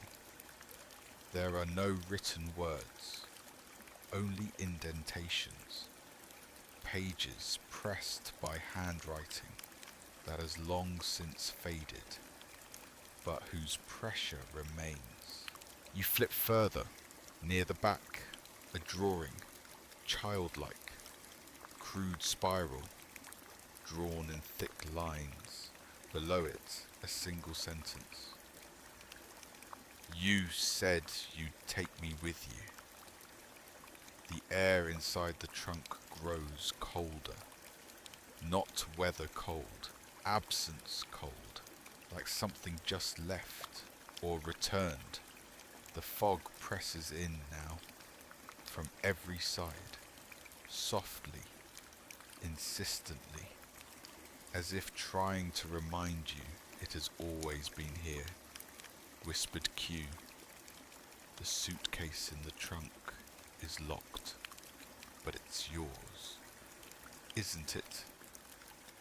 You look again, and there it is. You didn't see it before. You didn't want to. A suitcase, worn, stained, the lock broken, but still closed. You kneel, hands hovering over the latch. Not out of fear, out of reverence. You open it. Inside. Photos. Hundreds. All the same. Not identical, but the same moment from different angles. A child standing at a doorway, waiting, sometimes waving, sometimes frowning, sometimes simply staring. You turn a few of them over. Some have writing, some don't. The ones that do say, I stayed until the rain stopped. You close the case, not roughly, but firmly. And as you stand, you notice your reflection in the rear window. But it's not you now. It's you then. The one who left. The one who promised to return. The one who thought forgetting was healing. You stare at them. They stare back. And their expression changes. Not anger, not grief. Understanding, forgiveness, maybe, or something older. Older than emotion, older than you. You reach for the trunk to close it, but it closes first. Soft click, like a sigh. You return to the driver's seat. The air inside the car feels different, wider, like space has opened, not around you, but within. The second tape is gone. Only the first remains, ejected, waiting. You pick it up. It's warm, like it remembers being played. You slide it back in, but don't press play. You don't need to. You know what it says now. The spiral on your wrist pulses one final time, then fades. You check the mirror. No reflection, no fog. Only a line of road, looping behind itself. Like a snake made of asphalt, devouring its own memory. You start the car.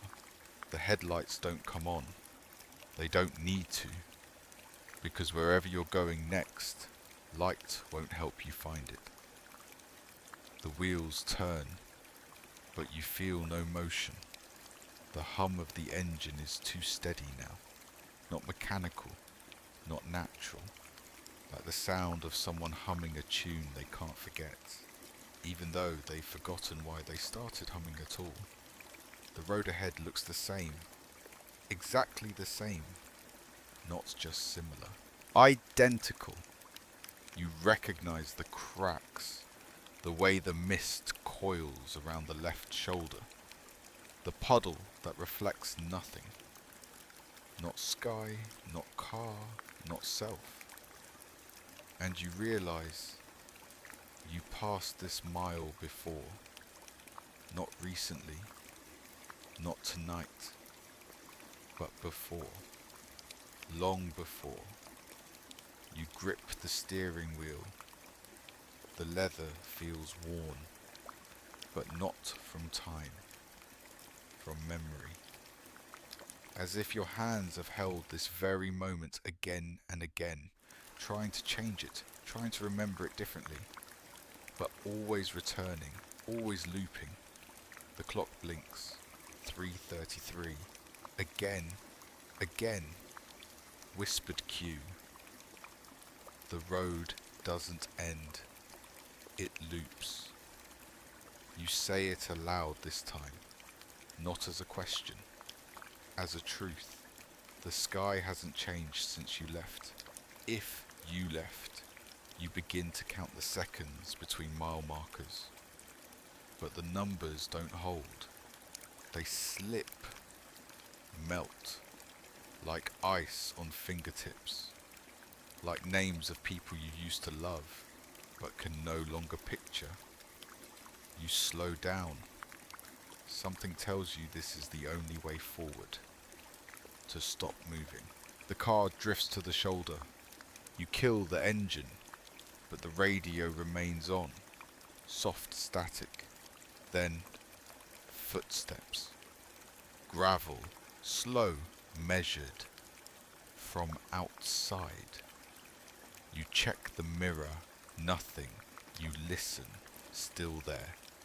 Then, a knock 3 times, not on the door, on the trunk. You don't move, can't. But something inside you opens, a memory, a room, a door that never quite shut. And behind it, a voice you swore you'd buried under years of silence. You forgot something. It isn't accusation, it's invitation. You step out. Fog wraps around you instantly, tender as old cloth, worn smooth from waiting. You walk to the back of the car. The trunk is already open. Inside, not the suitcase, not the notebook. A mirror, tall, framed in wood, warped by rain and regret. Your reflection stares back, but not as you are now, as you were then, the day you left, the day you promised to return. They raise their hand, you raise yours. They smile, you don't, because you remember how that day ended. You shut the trunk, not gently. You get back in the car, you check the mirror. This time, it works. It shows you, not as you were, not as you are, but as someone returning, not to a place, to a moment. You whisper something, you don't know what. The road accepts it. The spiral glows on the dash, not branded, not drawn, just remembered. The fog lifts slightly ahead, just enough to reveal an exit, new or very, very old. No sign, no lights, but you know, you were meant to take this one. You signal, you turn. The road curves sharply, impossibly, back toward where you came, or forward toward where you never arrived.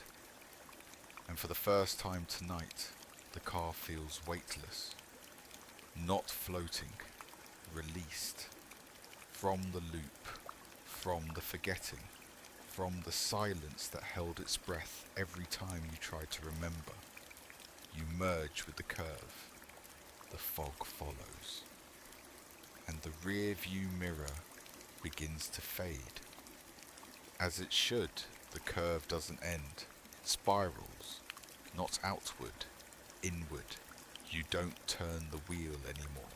The car turns itself, like a memory guiding a body through instinct, through grief, through patterns too old to name. The headlights catch nothing, only mist, only the idea of space.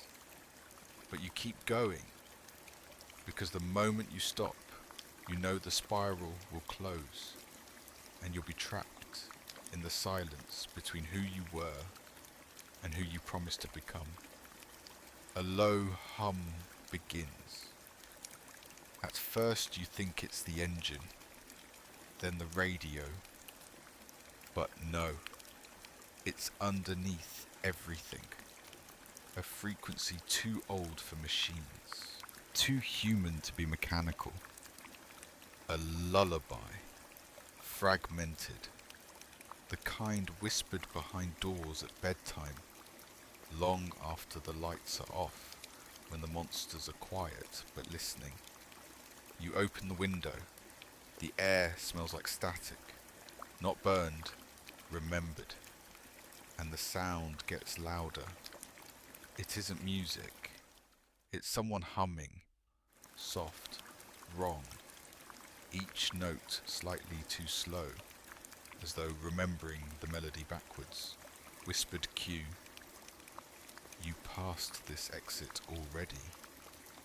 You look around, and you have. The same tree, the same puddle, the same reflectionless road. Only now, there's something else. A swing, standing alone beside the road, swaying, not from wind, there is none, from momentum. Someone was just there, or still is. You stop the car, you step out. The humming stops. Instantly, as if caught, you walk toward the swing. Each step feels like dragging time behind you. And the closer you get, the clearer it becomes. Someone is sitting there, small, still, feet not touching the ground, head down, their body half shrouded in the spiral of fog. You say nothing, because silence feels safer than memory. But the figure lifts its head, and its eyes are yours. Not the eyes you see in mirrors, the eyes from old photographs, worn, wide, watching the world without knowing what to ask. They don't speak, but their mouth moves. You hear it inside. Why didn't you come back? The swing stops moving. You kneel, not to be smaller, to be honest. You want to say everything, explain, apologize, unravel the years in a single breath. But nothing comes, only a sound, not yours. Behind you, another swing creaking. You turn, another figure, older, face hidden.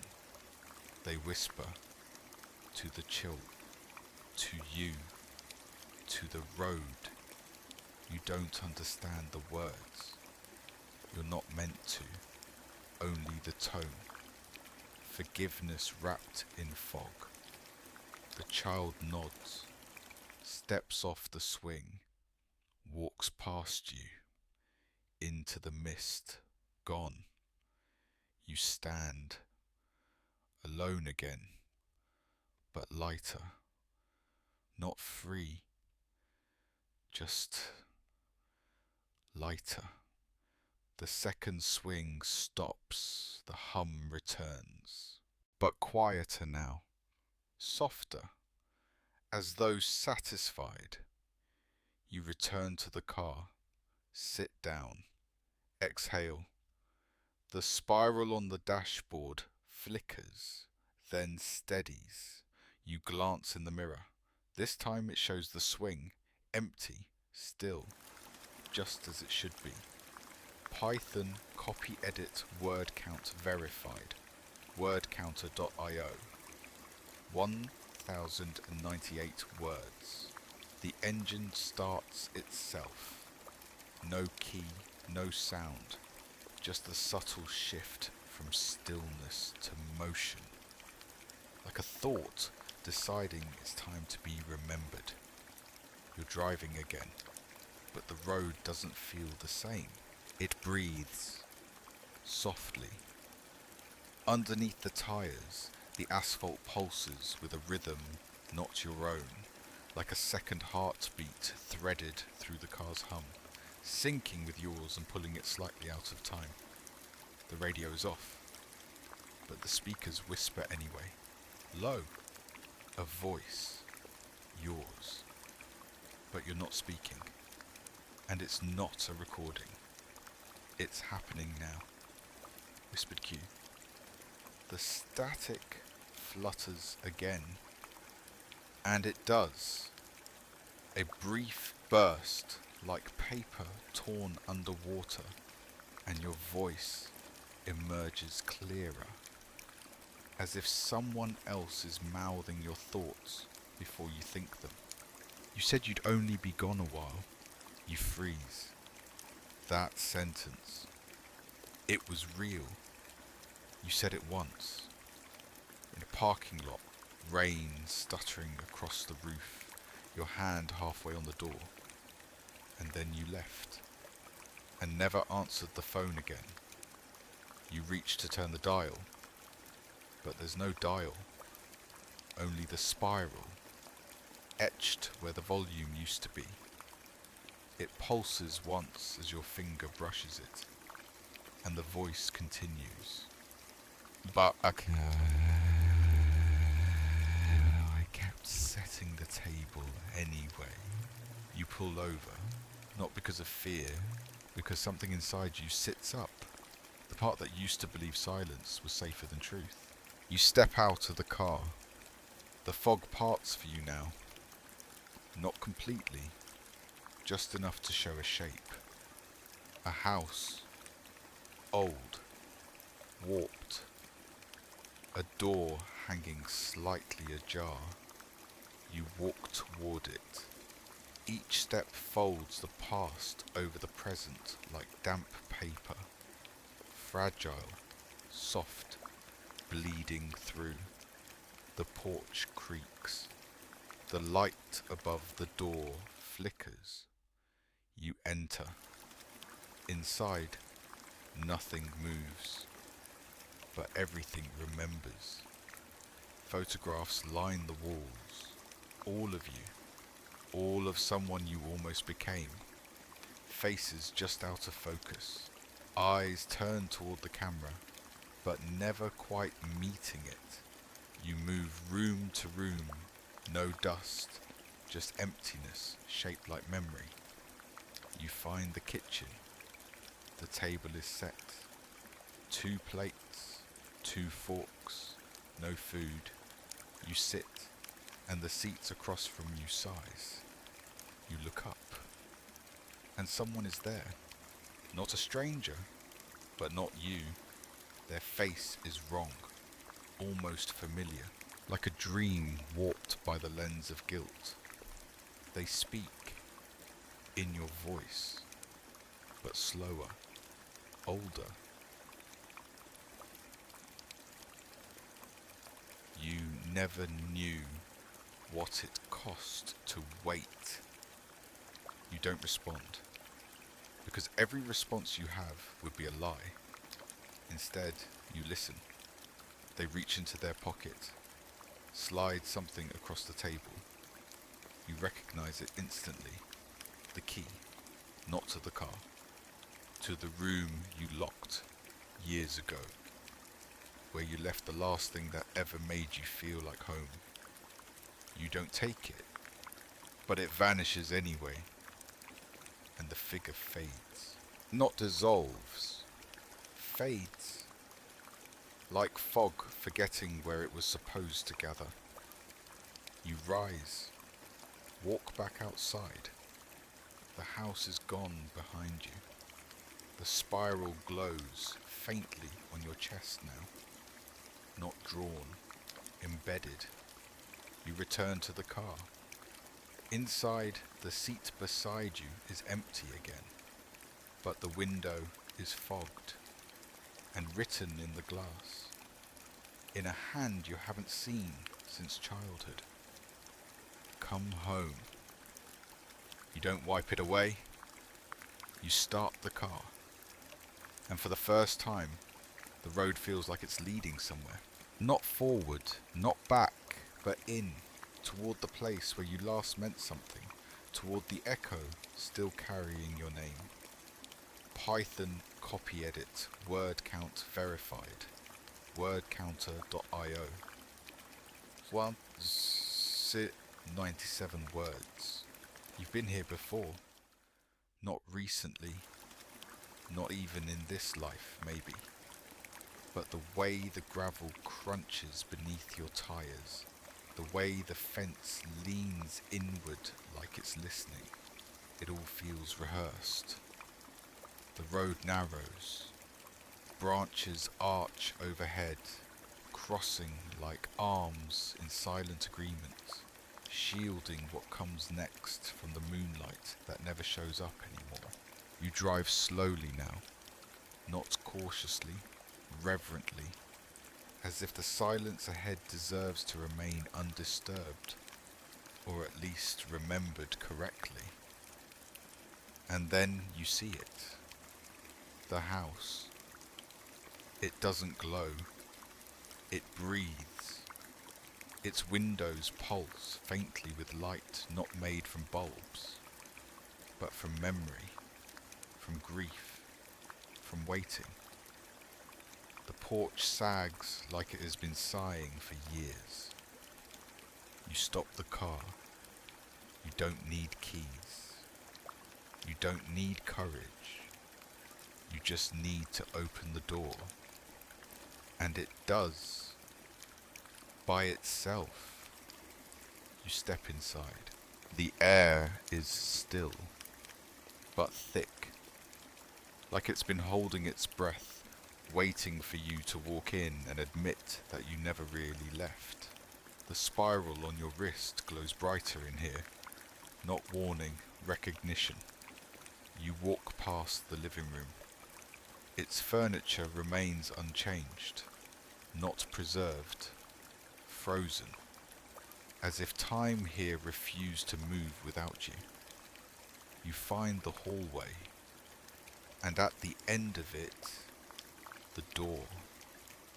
The one you locked, not just with a key, with distance, with silence, with years you pretended not to miss. You reach for the knob, and for the first time, you hesitate. Not because you fear what's inside, but because some part of you still wants to believe it isn't. You turn it anyway. It clicks and swings open. Inside, a child's room, faded posters, books with cracked spines, a bed still made, stuffed animals lined in a row, facing the doorway like sentinels of forgotten affection. You step in. The air is warm, too warm, like someone just left, or just returned. On the bed, an object wrapped in cloth. You unwrap it. A cassette player, the same kind you used when lullabies came on tape and monsters were banished by rewinding them. There's a tape inside. You press play. No music, only breathing. Yours. And a voice, smaller, breaking.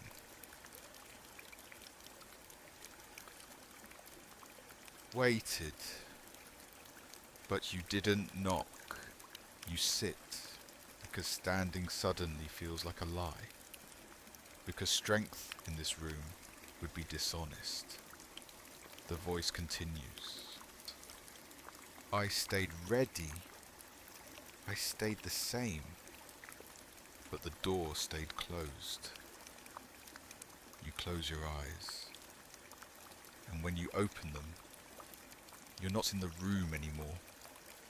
You're outside the house again, but the house is different, watching you, not with eyes, with shape, with presence. It feels like it's trying to say goodbye, but it can't, because you never let it. The spiral pulses one last time, then vanishes from your wrist, from the house, from the sky. You walk back to the car. The radio is on. No static, no voice, just one soft sound. Rain, but not outside. Inside the speakers, falling softly, upright, as if the sky forgot which way gravity flows. Whispered cue. It begins to rain, but the droplets fall upward. You smile, not because it's funny, but because it feels right. The car turns on. The house flickers, and then it's gone. Not disappeared, released. You drive away, and for the first time, the road behind you doesn't follow. It rests. Finally, the road grows straighter, not clearer, not safer, just longer, like a stretched silence, taut and humming, waiting to snap. You adjust the mirror, out of habit, but it doesn't show the road. It shows a fireplace, lit, crackling, flames moving in slow loops, as if caught in the gravity of their own memory. You blink. the image holds, not a reflection, a memory, yours, not watched, relived. You're sitting on the floor, knees pulled to your chest, listening.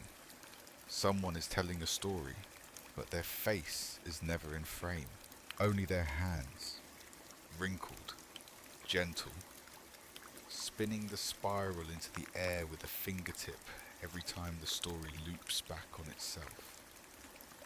And the road keeps going, even when the car forgets where it began. The flames in the mirror hiss louder now, whispered cue. The static flutters again. You turn the radio off. It wasn't on, but it stops anyway. You check the back seat, nothing. But you know, something rode with you from the house. Not a ghost, an echo, a version of yourself still holding something fragile in the dark. You keep driving, the trees thin out, but the fog thickens, like the absence is choosing now to speak. The mirror shifts again. Now it shows a bedroom, not yours, but familiar. You're in the doorway, watching someone sleep. A child, small, still, the version of them you've tried to forget, because remembering meant reckoning. You see yourself turn away, back into the hallway, but in the mirror, you don't leave. You kneel, you whisper something, you can't hear it, but you see it land. Their breathing changes. They smile, just faintly, then vanish, and the mirror returns to glass, reflecting nothing, just night, just motion. You exhale, fog curls from your lips, from inside, not cold, release. You reach to wipe the glass, not the mirror, the windshield. It's coated in ash. You slow down, but the wipers won't clear it. Instead, they smear words across the glass. Don't forget again. You stop the car, step outside. The air is silent. Ash drifts down like snow, soft and directionless. You hold out your hand. It lands. It vanishes. Not burned. Accepted. The spiral is faint now, only visible when the ash moves a certain way in the wind. You stand there, alone, but unburdened. The weight is still there, but you're not dragging it anymore. You return to the car. The rearview mirror now shows the road again, but this time, it's not the same road. It's crooked, cracked, alive. Like something waiting for you to walk back through it barefoot and say, I remember. You shift into drive, and for the first time, you don't care where it leads, because the road isn't a path anymore. It's a promise. You were never supposed to exit, but maybe you're not supposed to stay either. Maybe you're just supposed to remember long enough to leave something behind, and keep going. You hear them before you see them. Envelopes, dozens, flapping faintly in the windless air, like moths pinned to silence. They line the guardrail, each one tucked into rust and ivy as if grown there, waiting for you to drive by slowly enough to notice. You stop the car, open the door, and step into the stillness. Each envelope has no address, no name, only a spiral drawn in the corner, smudged by time or tears. You pick one up. Inside, a letter, unfolded, unwritten. Only pressure marks where a pen once pressed. A message too heavy to commit to ink. You recognize the shape of the words, the hesitation in the spacing. They're yours.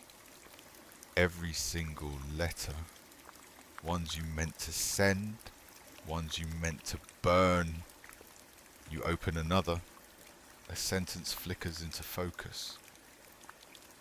I forgive you, even if you never ask. Your throat tightens. You kneel, not to collect them, to honor them, because every one was a truth buried under fear, and the ground remembers. Behind you, the car hums softly. The dashboard spiral pulses. Like a heartbeat you forgot was yours. Whispered cue. The signal returns. And it does. On the radio. A voice. Soft. Worn. But yours. Reading.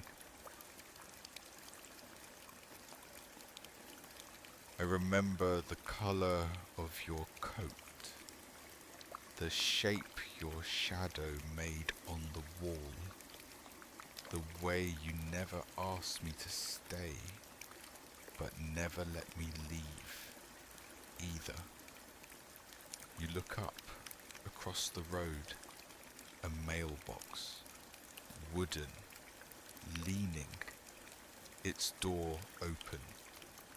Waiting, you gather the letters, not all, just the ones that still feel warm in your hands, the ones that ache.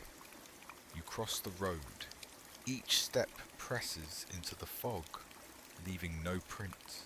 You place the letters in the mailbox, and for a moment, nothing. Then the box creaks. Its door closes, slow, like it means it, and the spiral appears on the front, drawn by ash in the shape of memory. You return to the car. But before you start it, you glance into the passenger seat. A letter rests there now. Not folded, not sealed, just resting. Your name on the front, but not written by you. The handwriting is small, gentle, familiar. You pick it up, read it. You were always coming back. You just forgot how. You don't cry, not because it doesn't hurt, but because this kind of pain feels like light, soft, low, necessary. You place the letter in the glove box, where it belongs. Among the things you never truly lost, just misplaced long enough to miss them. You start the engine. The road hums beneath the tires. You drive on. And for the first time, the fog doesn't follow. It recedes, respectfully. Because what follows you now isn't regret. It's return. It itches now. Not on the surface. Deeper. Like memory trying to rise through bone. You press your hand to your chest. The spiral hums beneath it. Not drawn. Not inked. But carved. Faint and soft. Like the ghost of something that was never meant to be seen, only felt. You don't remember when it appeared.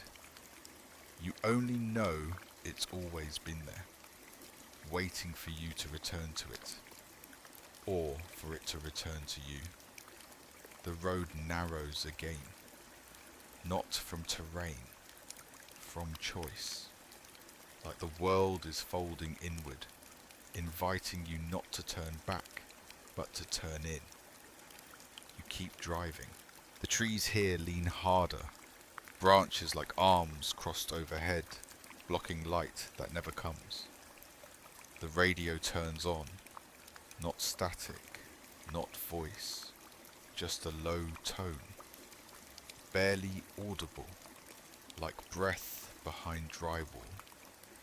You touch the dial, it fades, and then a whisper, not a sentence, a word.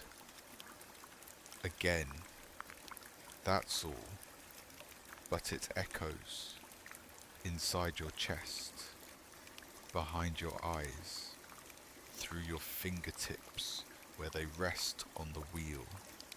You pass a sign, not made of wood, not metal, ash, shaped like a road marker, but crumbling as you pass. It reads, Mile 23. You've seen it before, not here, but in dreams, in nightmares, in the space between real and gone. Whispered cue. You passed this exit already, and yet you stay on course, because the spiral demands it, because your story never unspools. It curls tighter, tighter, until the center blinks open like an eye you forgot was watching.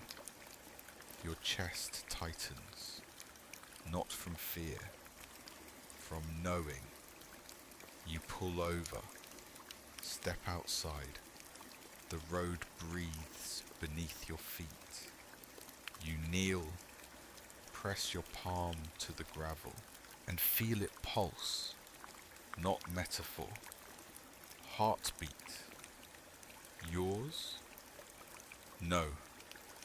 The road's. You close your eyes, and the spiral beneath your skin burns, softly, like a warning or a welcome. You roll up your sleeve. It's there now, visible, black, not ink, shadow. It shifts slightly when you move, not a tattoo, a tether. To what? To who?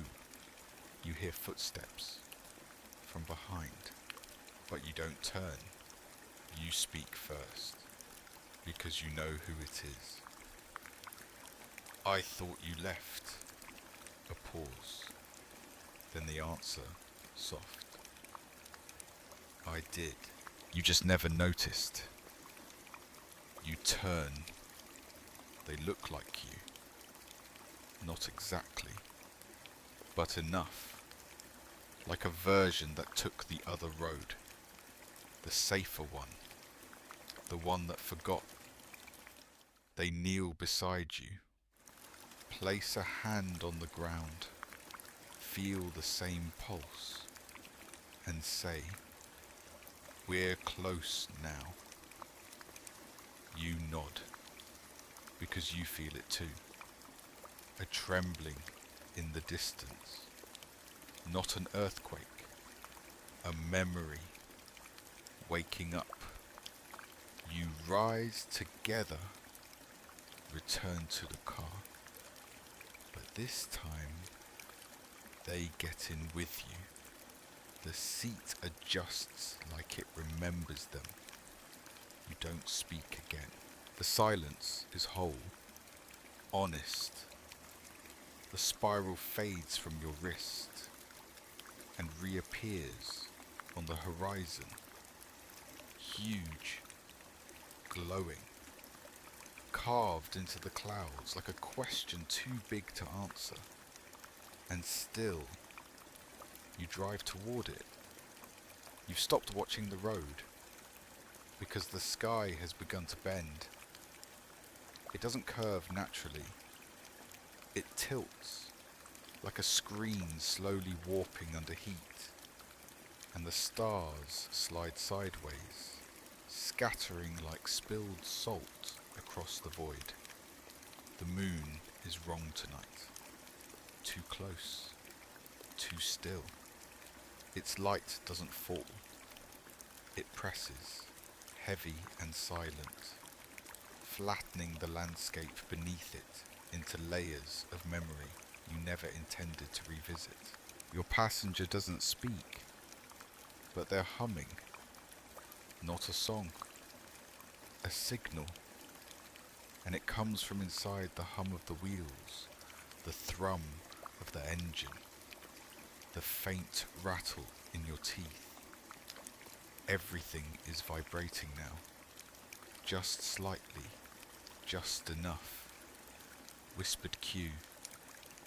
The signal returns. It flickers across the dashboard. Not numbers, not directions, just lines, circles, repeating. The spiral is no longer a symbol, it's a map. You slow the car. There's no shoulder, only space. A clearing opens on your left. You don't remember seeing it form, but it's there, filled with mirrors, dozens of them, some cracked, some buried, some floating in mid-air, as if the sky itself is trying to remember what it looked like. You park, step out. The silence here is unnatural, total. Even the wind is missing. You approach the mirrors. Each one reflects a different version of you. Not costumes, not ages, decisions. Every reflection is a path you almost took. A life just one word, 1 second, one heartbeat away. You reach for one, the closest. It blinks, yes, blinks, then speaks with your voice. You left me here, another whispers. You never meant to stay. Another laughs, low and tired. You only look when you're lost. You stagger back, not from fear, from recognition, from grief, because they're not angry. They're waiting, each one holding still so you don't have to, so you can keep moving, so you don't freeze in the mirror's truth. One steps forward, emerges from glass like smoke through water. They hold something in their hand, a tape recorder, old, worn, still running. They press stop. The air shifts. You hear it. The first time you lied. Not to someone else. To yourself. It's faint, but it plays. I'm fine. Really. Just tired. You exhale. The version of you fades. Leaves the recorder in your palm. It's warm. It's yours. You walk back to the car. The passenger is gone. Or maybe they were never there, only needed long enough for you to remember you once were more than silence and return. You drive. The mirrors vanish behind you. The sky tilts back into place, but the moon lingers, still wrong, still waiting, like it knows something you haven't admitted yet. You don't hear them breathe, but they're there, again, or still. You're not sure which is worse, never noticing they left, or realizing they never did. They sit in the back now, not the passenger seat, behind you, close enough to hear your thoughts before they form, far enough that you can pretend they aren't whispering them into your spine. The mirror shows nothing, but the weight of the air tells the truth. Every turn of the wheel feels watched, not judged, measured, like each motion is being scored by a memory too tired to be angry. The radio stirs, not static, not voice, just a click. A tape begins to play, but you didn't press it. You didn't insert it, still, it plays. The voice is a stranger's, but the words are yours. I know I said I'd stay. The next words don't come. They choke, like they got lost on the way to the mouth. You glance at the rear view. Nothing, but your chest tightens. You reach to turn it off, but your hand stops, mid-air, held. By what? Not force. Regret. The tape continues. But sometimes staying felt louder than leaving. Whispered cue. The static flutters again. You blink, and the windshield is covered in condensation. From the inside, as if the car has been crying, you wipe it with your sleeve. A message appears, scrawled in reverse. Look back. You do. Slowly. The seat is still empty, but the impression remains, indented, warmed. And then a whisper, soft, direct. You were supposed to turn around. You pull over, step into the stillness. The air feels stretched, like a breath held too long. You walk to the back of the car. The trunk is slightly ajar. You open it. Inside, a suitcase. Locked, but familiar. Not the object, the feeling. That something is inside that shouldn't be. Not anymore. You touch the latch. It unlocks without effort. The lid rises. Inside, clothes you haven't worn in years. Letters you never mailed. A photograph, folded. You open it, 2 figures. One is you. The other is gone from the image. Erased. Only their outline remains, like someone burned them out with light. And beneath the photo, etched into the suitcase lining, you left me in here. You fall to your knees, not from pain, from memory, because you remember now what you packed away, what you swore never to unpack, and how it watched you drive away for years. Not angry, just quiet, just patient. You place the photo back inside, close the suitcase, and say the words you never did. I'm sorry I stayed gone so long. The suitcase hums. The spiral appears on its surface, not glowing, settling. You return it to the trunk, close it gently, not with shame, with reverence. You get back in the car. The rear view flickers once. This time, it shows your face, but older, still, and whispering, "Keep going, I'm with you now." You drive. The spiral spins softly on the dashboard. Not fast, not urgent, just steady, like breath, like forgiveness. The mile markers have stopped changing. You glance at the last one, 23.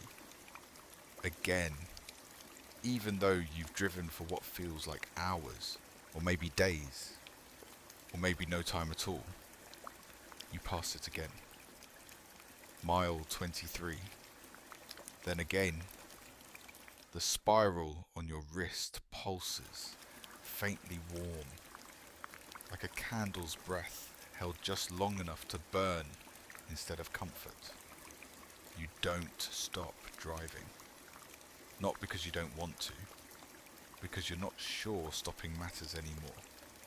The sky doesn't move. The horizon doesn't shift.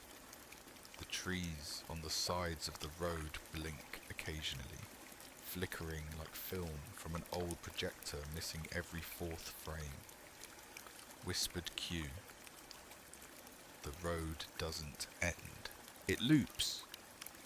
You say it aloud, not surprised, not afraid, just tired, because some part of you always knew. This wasn't a route, it was a ritual. You're not moving forward, you're moving deeper. The spiral isn't a direction, it's a depth.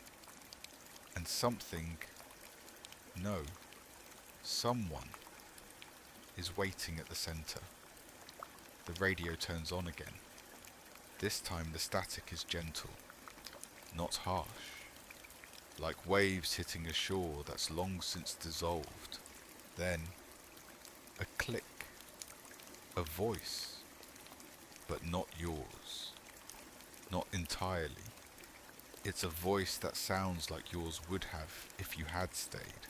Stayed home, stayed kind, stayed brave.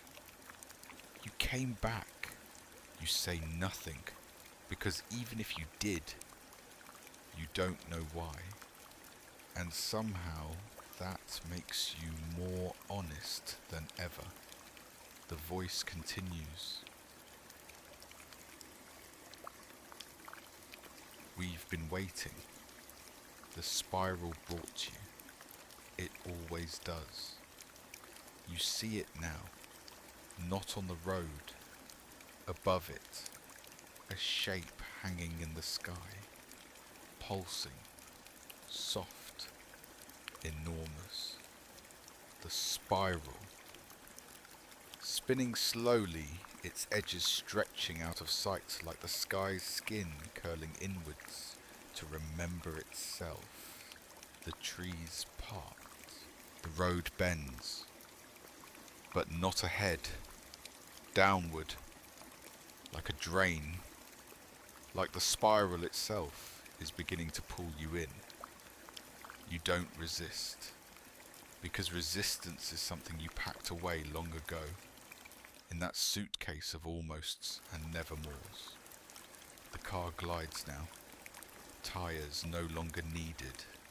The engine no longer running. Still, it moves. The light changes. Not brighter. Bluer. Deep. Dark. Silent. The kind of blue that comes just before black. When the world forgets how to wake up. Your hands leave the wheel and float, weightless. You're not driving anymore. You're being driven by memory, by echo, by the loop that was always meant to bring you back to the thing you left behind. Ahead, a tunnel made of mirror, of water. of static. You're not sure, but you know it sees you. It waits. Whispered Q.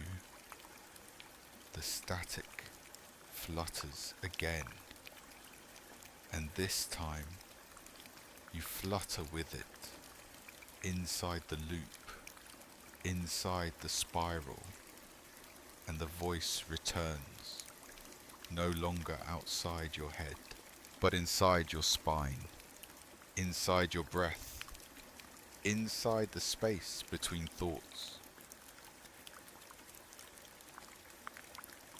You were never supposed to exit, but you did, and now you're almost home. The spiral swells and swallows everything. Python copy edit word count verified. Wordcounter.io. 198 words.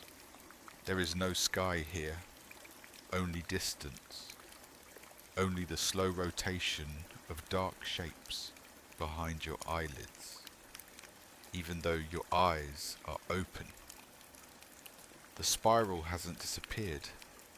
It's everywhere now, etched into fog, pulsing in gravel, burned into the motion of your breath, even though you stopped breathing minutes ago, or maybe hours, or maybe you don't know. Time here doesn't behave. It leans sideways, like a photograph left in rain. The road has unravelled. Now it coils. A helix of memory threading through a space that feels more dream than direction. You are no longer in the car, but it hasn't vanished. It just no longer matters. You walk, or drift, or both. Your feet don't leave prints. The ground isn't solid. It's memory, packed dense, layered with footsteps from versions of you that came here first, and versions who never left. You follow them. You hear your name, but not aloud, carved into the air, over and over. The spiral speaks it, not with voice, with shape, with return, with repetition. Whispered Q. You passed this exit already. It comes from ahead.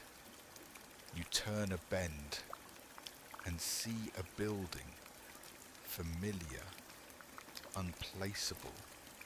Its shape flickers, sometimes a school, sometimes a hospital, sometimes the hallway of your childhood home at dusk.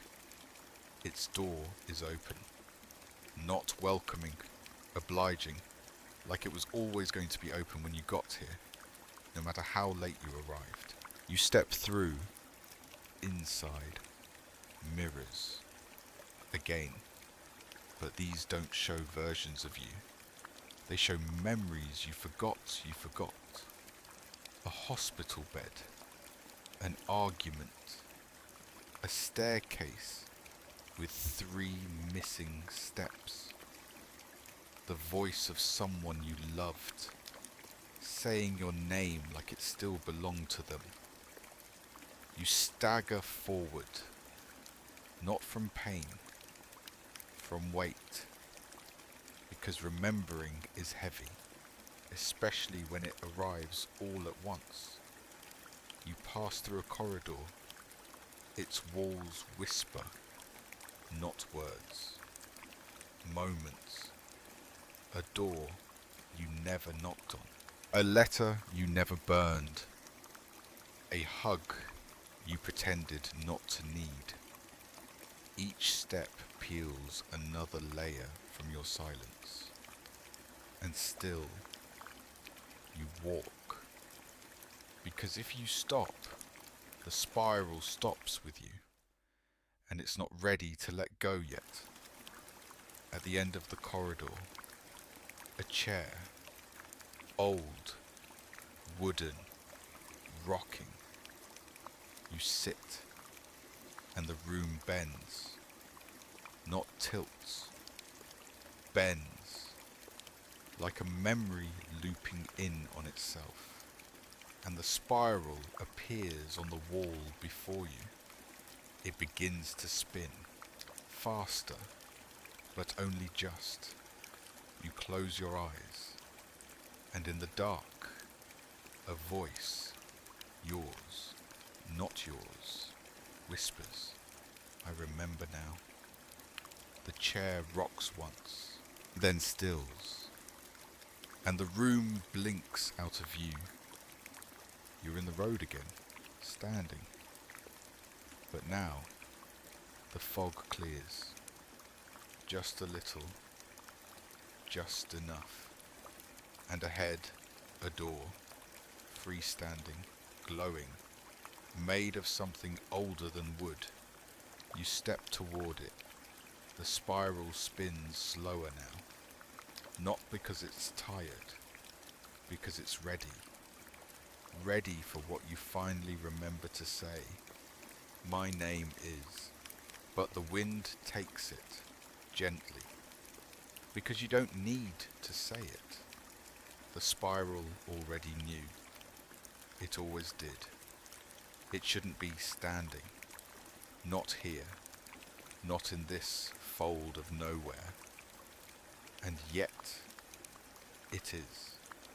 The house. Not grand. Not haunted. Just there. Like a thought you tried not to have. Building itself room by room in the corner of your mind. No roof, no walls, but a doorway, solid, wooden, closed. You reach for the knob. It's warm, as if just used. You turn it slowly, expecting creak, resistance, protest. But it opens like it knows you. Like it was built not to open, but to open for you. Inside, a kitchen, your old one. Not as it was, as it felt, warm light but no bulbs, steam on the windows but no stove. A chair tucked in too far, like someone was always about to sit. You take a step and the room shifts. Now a hallway, now a bedroom, now a basement you swore was only in your dreams. You pass through them all. No transition, no doorways, just memory unraveling at your feet. Whispered cue. The static flutters again. And it does, from behind the walls. Even though there are no walls, you reach out and touch nothing, but your fingers remember. Rough plaster, old tape, wallpaper with flowers fading like lost voices. A television glows in the corner. No plug, just light. And on the screen, you, sleeping, in the driver's seat, eyes twitching, mouth slightly open, dreaming of this moment, watching yourself, watching this. It loops. The spiral overlays itself on the image, then on your skin, then on the floor. A knock from the inside of a closet. But there is no closet. You walk toward the sound anyway. Each step adds another part of the house. Window, frame, shadow. You open a door that wasn't there a moment ago. Inside, a staircase spiraling downward. It shouldn't fit, but the house makes room. You descend. Each step echoes like a heartbeat inside drywall. You reach the bottom. A room made of fog. In the center, a crib. Empty. No, not empty. Holding something wrapped in cloth. You move closer. Gently peel it open. Inside, a mirror, but not of glass, of memory. And in it, not your reflection, but your silence. Every moment you almost spoke, every feeling you let rot rather than release. You close the mirror, but not in shame, in thanks, because now you see it, all of it, the loop, the voice, the fear. The house breathes once, exhales dust and static, and the spiral on the floor begins to slow. You ascend the stairs, back to the place that shouldn't exist, but does, because you remembered it. You exit through the doorway. No roof behind you, no floor, no house, just road, just fog, just sky, darker now, and you holding nothing, but feeling whole, because sometimes the house isn't built for shelter, it's built for surrender. The air tastes different now, less like fog, more like breath, like the world itself is breathing with you, slow, low, steady, as if it's finally safe to exhale. You don't remember restarting the car, but the engine is purring, not idling, not pushing, just existing, like a sound you forgot how much you missed. You're moving again. Forward? Maybe, but the road feels gentler now. The trees no longer lean in. They stand still, reverent, observing. You pass no sign, no numbers, only moments. A child's toy in the ditch, a shoe hanging from a wire that vanishes when you blink, a mirror nailed to a tree reflecting a sky no longer yours. You glance in the rear view, still no one there, but the seatbelt is fastened and the faint smell of old perfume lingers. Warm, bittersweet, familiar. You don't look back again. You don't need to. The road curves, you follow. And suddenly, silence. But not empty. Full. Like a room waiting for a name to echo inside it. You slow the car. Not from fear. From instinct. Because something ahead feels final. Not an end. An arrival. Whispered cue. The signal returns. And this time, it brings a sound you haven't heard in years. Your own laughter. Soft. Private. Not recorded. Remembered. It plays faintly from the glove box. You open it. Inside. The letter from before. Still sealed. Still addressed to you. In that small, gentle handwriting. But now, a second one. Same paper, same ink. Only this one is addressed from you to who I could have been. You don't open it. You don't need to. The message is in the sending, and you understand now.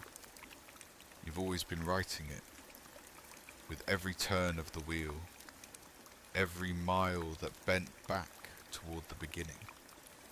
The spiral was never about getting lost, it was about coming back. You drive a little farther, the road ends, not abruptly, softly, like dusk settling on skin. Ahead, a bridge, not made of stone, not wood, just light, suspended between silence and sleep. You stop the car, step out, you leave the keys, you leave the engine running, because it doesn't need to stop, it just needs to rest. You walk to the bridge. Fog curls around your ankles like memory come alive. You look down. No river, just reflection of everything you were, everything you could have been, and everything you still are. Suspended in that delicate breath between forgetting and forgiveness. You step forward, 1 foot, then the next. The spiral appears ahead, not spinning, open, like an eye, like a door, and the voice, your voice, returns one last time.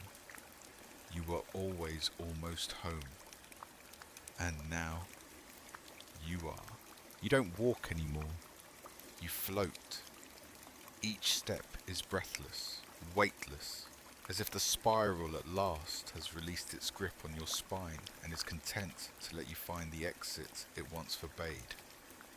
The bridge beneath you hums, not from tension, but memory, like it was built from moments long past, soldered together with sighs and names you only ever spoke in dreams. Above you, nothing. Below you, everything. The mirror of your life flickers like shallow water in dusk light.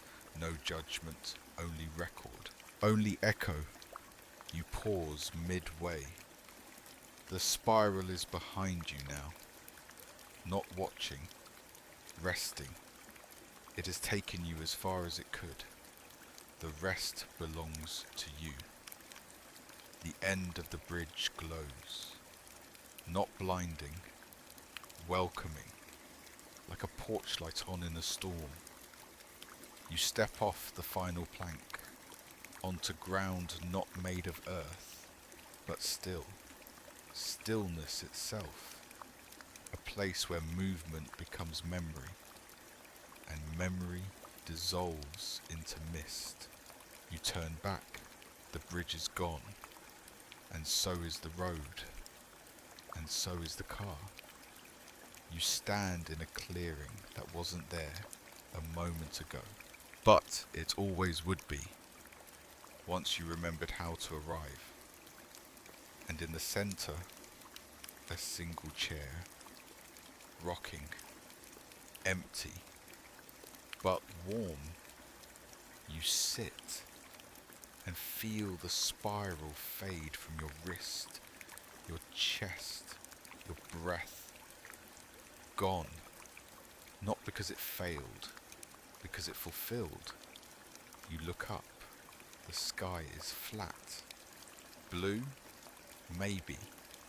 Almost. Not quite. And yet, peaceful. You smile. Not because it's over, but because it doesn't have to loop anymore. The voice returns one last time. Yours. But healed.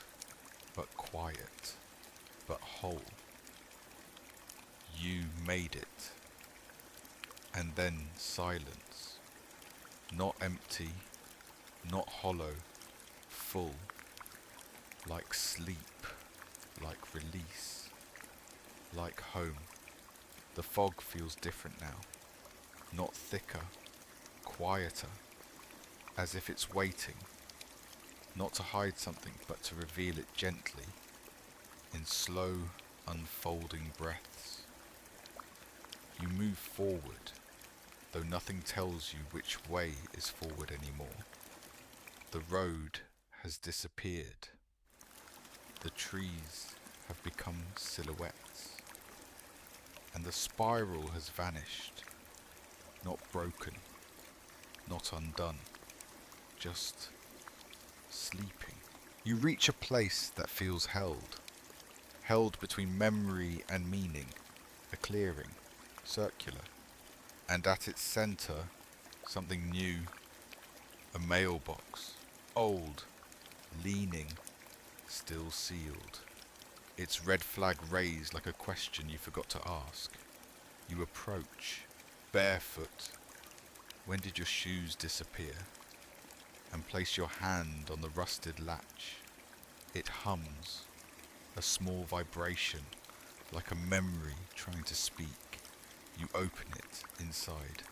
A key, wrapped in linen, warm, used. It is not the same as before, not the one you used to lock the suitcase, not the one you turned in the ignition. This one is different. This one feels earned. You hold it, and a sound returns. Not static, not whisper, something sharper. The clicking of nails on wood, steps almost. Then, nothing. A door appears behind you, freestanding.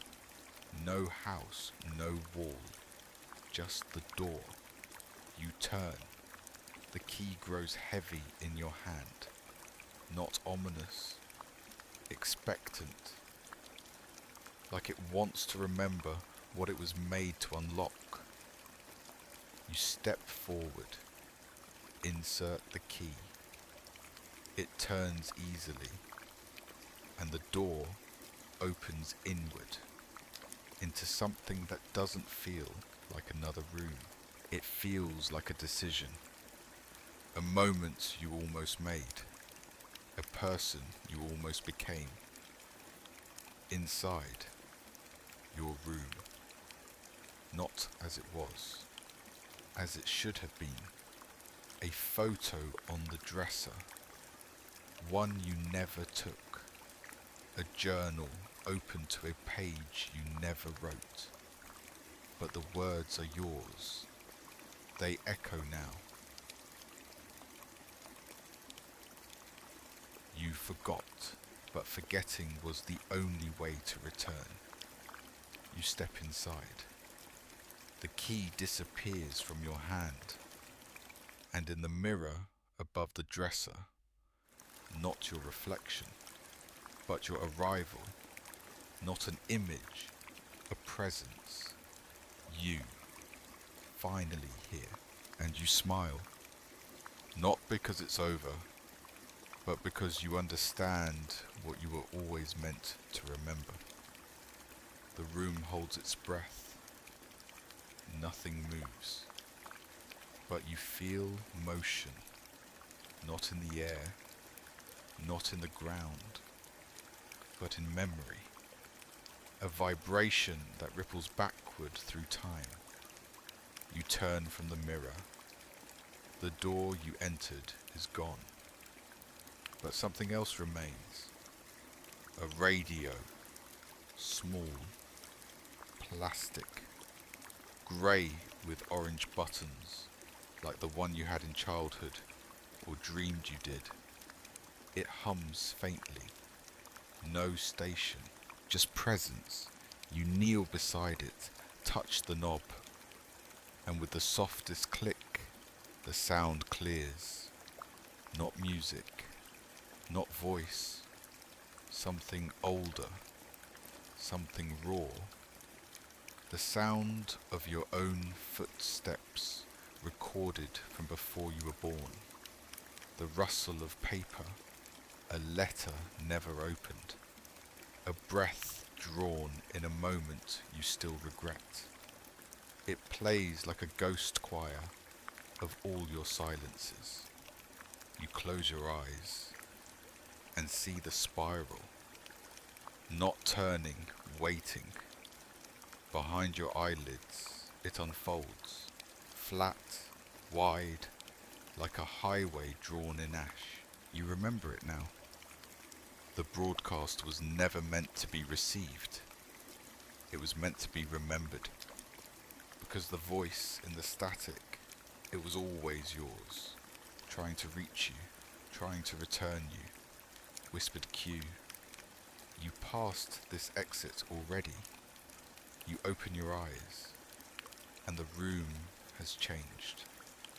Now a tunnel, narrow, dripping. The walls shimmer like old analog tape. You walk, bare feet on concrete that remembers every step you've ever taken. The tunnel curves left, then left again, then again. A spiral, but made of memory. Each turn deeper, each breath quieter. You come to a door. This one is labelled, not with a number, with a name. Yours, but not what the world calls you. What you call yourself, in dreams, in fear, in the silence between decisions.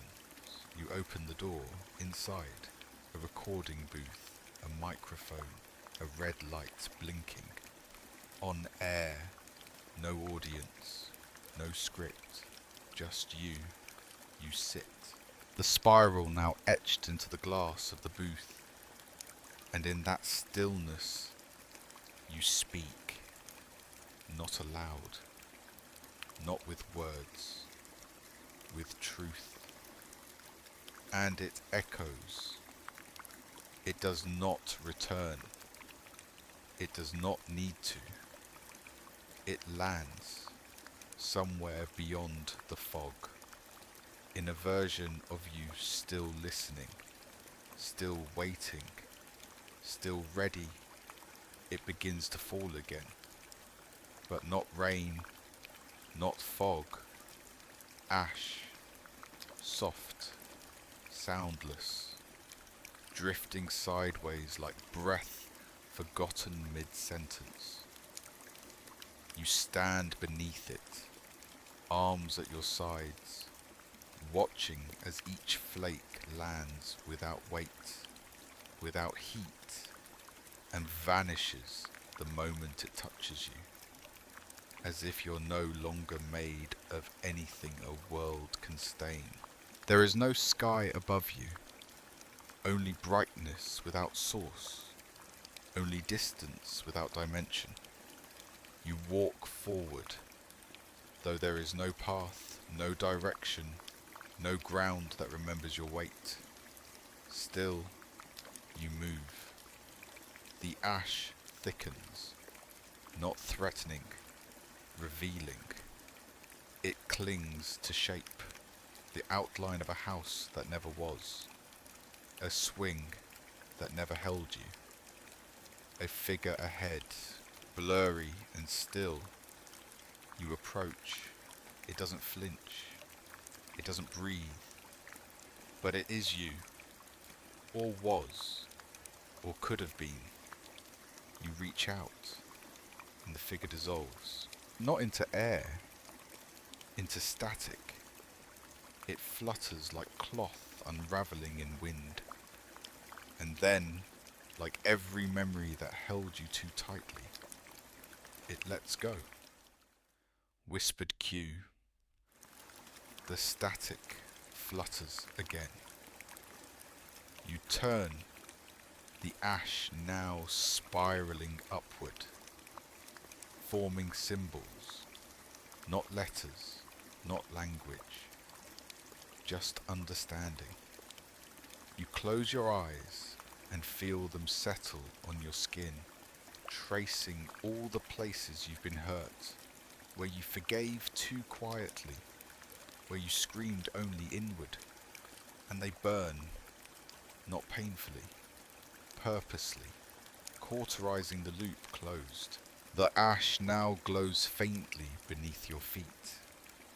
You kneel, press your palm to it, and see flashes, the suitcase locked in the trunk, the road sign you passed twice, the reflection in the mirror that mouthed what you couldn't say.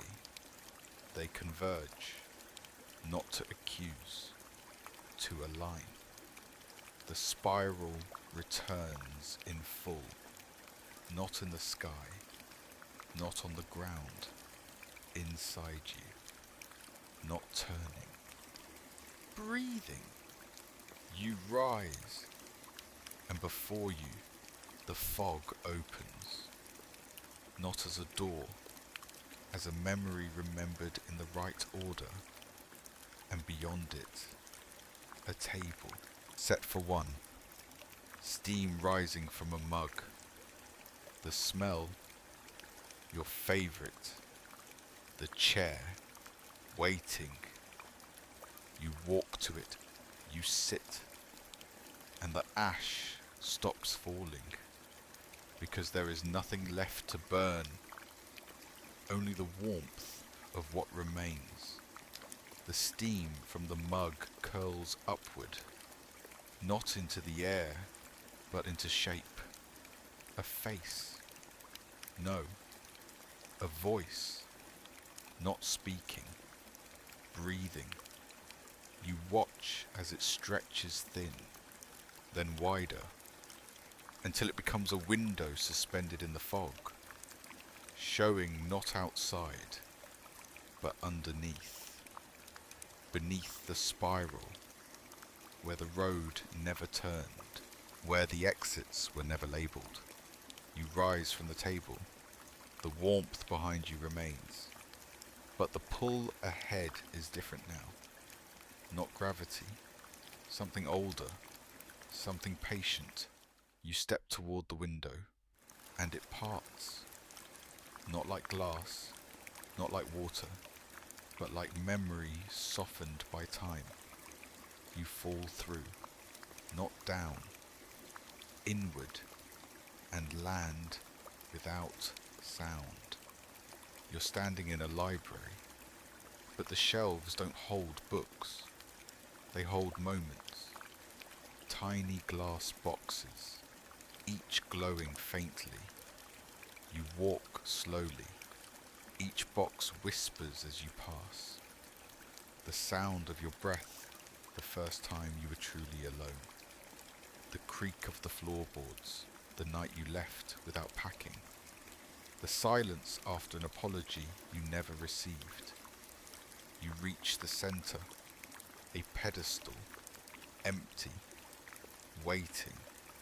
You place your hand on it, and from somewhere inside the pedestal, a drawer opens. Inside, the spiral, but flat, pressed between glass, still, like it's done running. You lift it gently, and it doesn't spin. It pulses, a slow rhythm, matching yours. A sink, a surrender, whispered cue. The signal returns, but it doesn't bring static. It brings a heartbeat, yours, layered over every whisper you've ever ignored. And then, as if answering a question you never dared to ask, a door appears, wooden, familiar, the same one you first found when this began. But something is different now. The knob is gone, no keyhole, just a surface, smooth, warm and silent. You reach forward, place your palm against it, and it breathes once, then again, then it opens, not outward, not inward, just onward, and you step through, Not toward sleep, not toward truth, but toward the only thing that ever mattered: release. It is neither dark nor light now. The world has stopped pretending to be either. You drift across a plain of nothing, where silence curls like smoke and gravity forgets your name. There is no wind, no time, no need, only presence, and something beneath you, soft, endless, warm, like velvet woven from memory. You don't remember laying down, but you are already resting.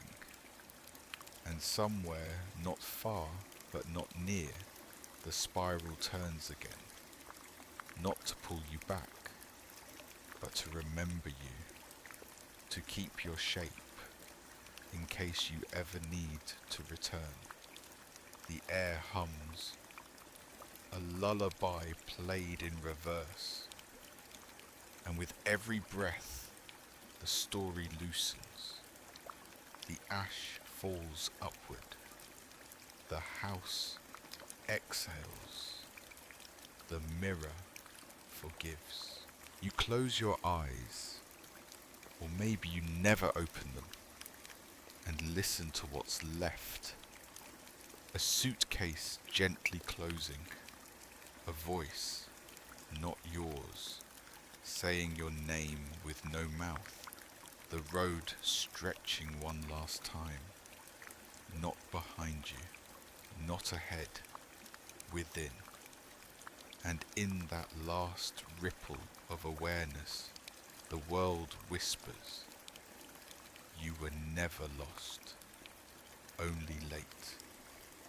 Whispered Q, welcome to Whispers Beyond Midnight.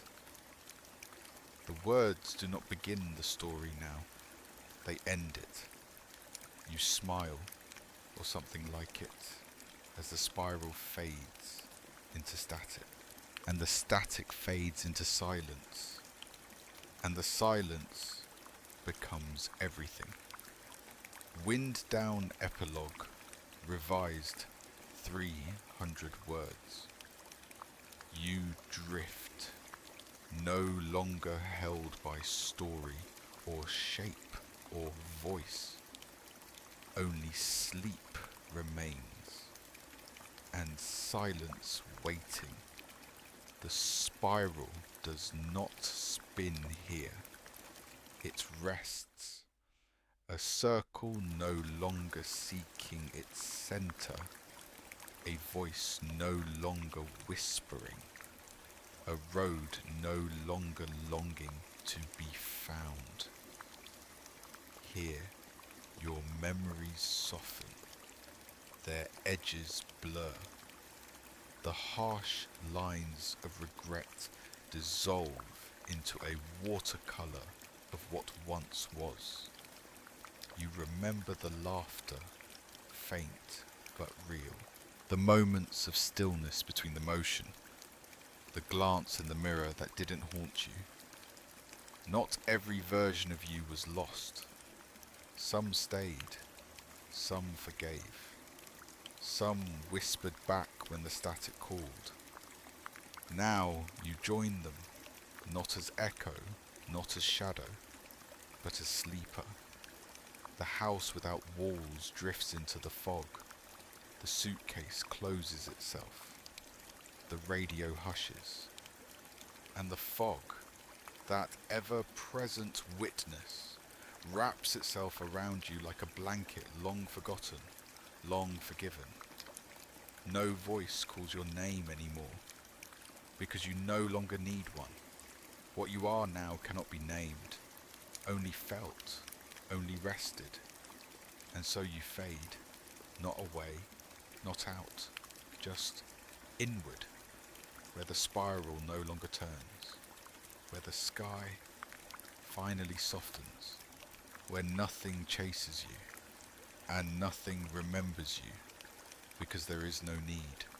You are home, and sleep is the only voice that remains. You drift, no longer held by story or shape or voice. Only sleep remains, and silence waiting. The spiral no longer turns. It rests, etched faintly in memory, a symbol not of return, but of release. No more roads, no more signs, only stillness, slow and sacred. You float between thoughts that never fully formed, feelings that never fully left, and echoes of footsteps that led you here without ever rushing. There is no time now, only rhythm, a breath so gentle you forget it began, a heartbeat so soft it forgets to end. The fog lifts, not outward, upward, and behind it, nothing to remember, nothing to explain. The house that held you unbuilds itself. The suitcase, unopened, turns to ash. The mirror no longer reflects. It simply waits. You feel the warmth of a fire that never needed to burn, the scent of rain that never needed to fall, the comforts of a name you no longer need to answer. There is no voice now, not because it left, but because you listened, you understood, you let go. And now, there is only the softness of sleep, the gentle unravelling of all that once held you, a spiral drawn not in dust, but in dreams. And it fades, just as you do, without pain, without noise, without need. You are no longer a story, you are no longer the road. You are sleep, you are silence, you are the hush between signals, the breath before dawn. And this is peace. End of script.